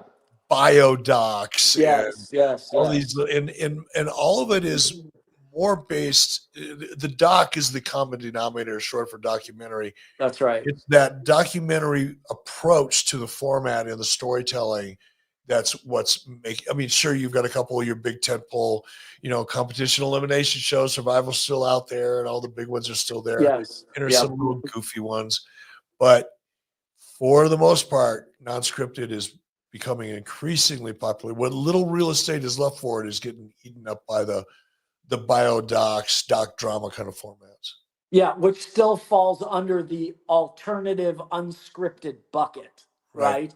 So, today's pitches are more documentaries, docu-style, types of shows, as opposed to, Hardcore Pawn Chicago, as opposed to, And those are Beverly Hills transactional Babylon. shows. That Yes, category exactly. is that Yeah, subcategory is a transactional show. So you're seeing somebody come in that's got something they don't know what it's worth. This is the right. magic of a format, because when you figure this shit out, when you find a format that hasn't been done before, but you can figure out a way to make it work for television, that's when you start looking for islands in the South Pacific, right? It's the Right. format is the key. And if you 100%. can create one and copyright it and get all the rights to it, you're making money for a long, long time. 100%. Anyway, okay. More questions. And the margins, by the way, margins are way different now than they used to be. Holy crap. Agreed. Sometimes I used to think, when we're to keep this question up there, I'm going to get to it. Sometimes when you and I were working together towards the end, because we sold Hulk Hogan's Championship Wrestling, we sold for $750,000 an hour. This was a pretty good budget, right? Times eight. Times eight. Yeah, I mean, it's not a big deal. And Yeah. now you got to fight for 300,000 an episode. Right. Oh, and it needs to look like, I don't know, National Geographic. We want network standards That's on right. a local Yes. cable television budget. Yes. So That's right. Yes. fighting that space, because now you got to fight for that space in between. That's right. You don't want to That's say, right. no, I can't do it. I Of can't do it for course. that budget, because now Of you're walking course. away from a deal. Exactly. That's right. So you try to convince them all along the way to squeeze that budget, squeeze that Yes. budget, squeeze that budget. Yes. And it's such a brutal fight and process. But Yeah. it's one of the reasons why, to this day, when anybody says to me, "Hey, I've got a TV idea for you," I go, "Really? I know a guy. Let me give you his name or number." Except for lately, some good stuff has been coming my way, and you know about that. You're involved in it. Been blessed in that regard. I'm grateful for it. But it's been a long time since I've been excited about something like that. Next question. Oh, what do we got? Any chance BHE produces future? Oh, the Luger movie. Let me tell you about the Luger movie, because this came to me and I talked about it. I put it out into the universe the other day while I was doing a live interview with Lex Luger, talking about the Hall of Fame. So I don't know what's going to go on there, Jason. I'm just going to talk. I'm shooting from the hip. Yeah, go. But I'm feeling this one. Okay. Now we're riffing. Okay. This is 2000, and I'm going to pick 5. That was a fun year. So I'm interviewing Lex. We're talking, and he's so excited. It's just an amazingly human story and a great story. And the subject naturally comes up: who's going to induct Lex into the Hall of Fame? Now, I don't know who wouldn't immediately go to Sting. So Right. I don't know. I don't want to put any pressure on the situation. I don't have any information. It's just so freaking obvious. Anybody would say it. So it's Sting. Now I know Sting. I know Steve Borden. I know his personal journey a little differently than most people do. Yeah. And Lex's story and journey is one that we all know because we read about it in the paper. It was everywhere. But now these two guys who started out in the business together, an odd business, neither one of them really wanted to be in the first place. That's their kind of common ground. Steve Borden was kind of like, I guess if I have to, because I can't really play professional sports, and the surfing thing's not going to pay off. So yeah, maybe. And I don't know if that's true or not, but that's my impression. Lex didn't even want to get into the business. He just did because he had to make money. So these two come together, these two characters, neither one of them wanted to be in the world they were in, but they jumped in anyway. And then you follow their careers, the absolute stardom. They own a gym together. They're like family. They're brothers. They have perfect, everything's perfect in their life from the outside. And then they both, for different reasons, go downhill pretty fast and lose in different ways, different reasons, different universes, but the end result is the same, and had to rebuild their lives together. And I think Luger's story, they're both equally powerful.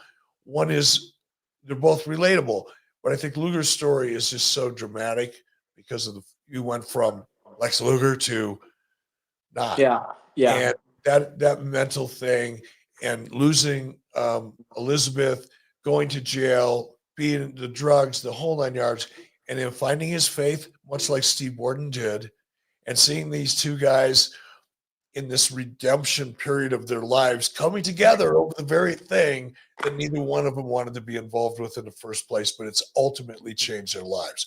I think that's a movie. I do too. I think if somebody doesn't pitch that movie and sell that movie, they're doing a disservice to the entertainment business. Now, I don't know if it's going to be us. I don't know if it's going to be somebody else, but somebody needs to pitch that movie because there's just too much good story there. I like that. I think that has so many amazing elements, and the real story has this natural arc, and it has all of the emotions that you So if we want can from something. copyright this conversation, because I own this, Conrad and I own the 83 Weeks YouTube channel together. You did. The pitch is documented. So we just created this treatment. The framework. That's right. We have the outline for treatment. Yes. Which I will be able to fill in using AI while I'm eating dinner tonight. So that we can copyright it, because that's fast and easy, doesn't cost a lot of money, and it's a proof of concept and date and time that we can always lean back to if anybody else steals this idea out from underneath us. We've got a record now of the intellectual property that was developed as a part of doing this show, which makes it a legally and binding piece of property. So that's right. Fuck off if you think you're going to steal this idea. All right, Jay, I gotta go, brother. Let's work on it. I gotta go. Yeah, we can have some fun with this. I'm actually not kidding, because this whole AI thing, I don't know about you, brother, but I've been playing around with this stuff for about a year now. Oh, I'm having a ball. And it is mind-numbingly fascinating. It's amazing. I'm going to be taking a class from MIT, an online course, because I want to really get smart about this stuff. I don't want to be reading about other people being smart with it.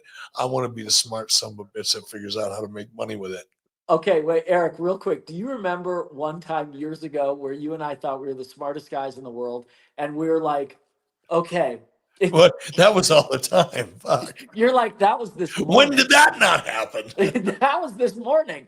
No, but Eric, remember when you and I were like, if we could take the network needs list and put it like into some software program that would take all that data and then tell us back what's the perfect show. Dude, that's Grok, that's ChatGPT. It exists. It now exists. We thought of it first. We just didn't have that, thing called education or experience. All those things. We had the instinct. Brother, it was a good instinct getting you to do the show. Thank you very much. We'll do it again sometime. For all of you watching, thank you so much. I love doing this shit live. It's awesome. It's awesome to have you there. God bless all of you. We'll talk to you soon. Super Dave and Ant, thank you very much. I'm out.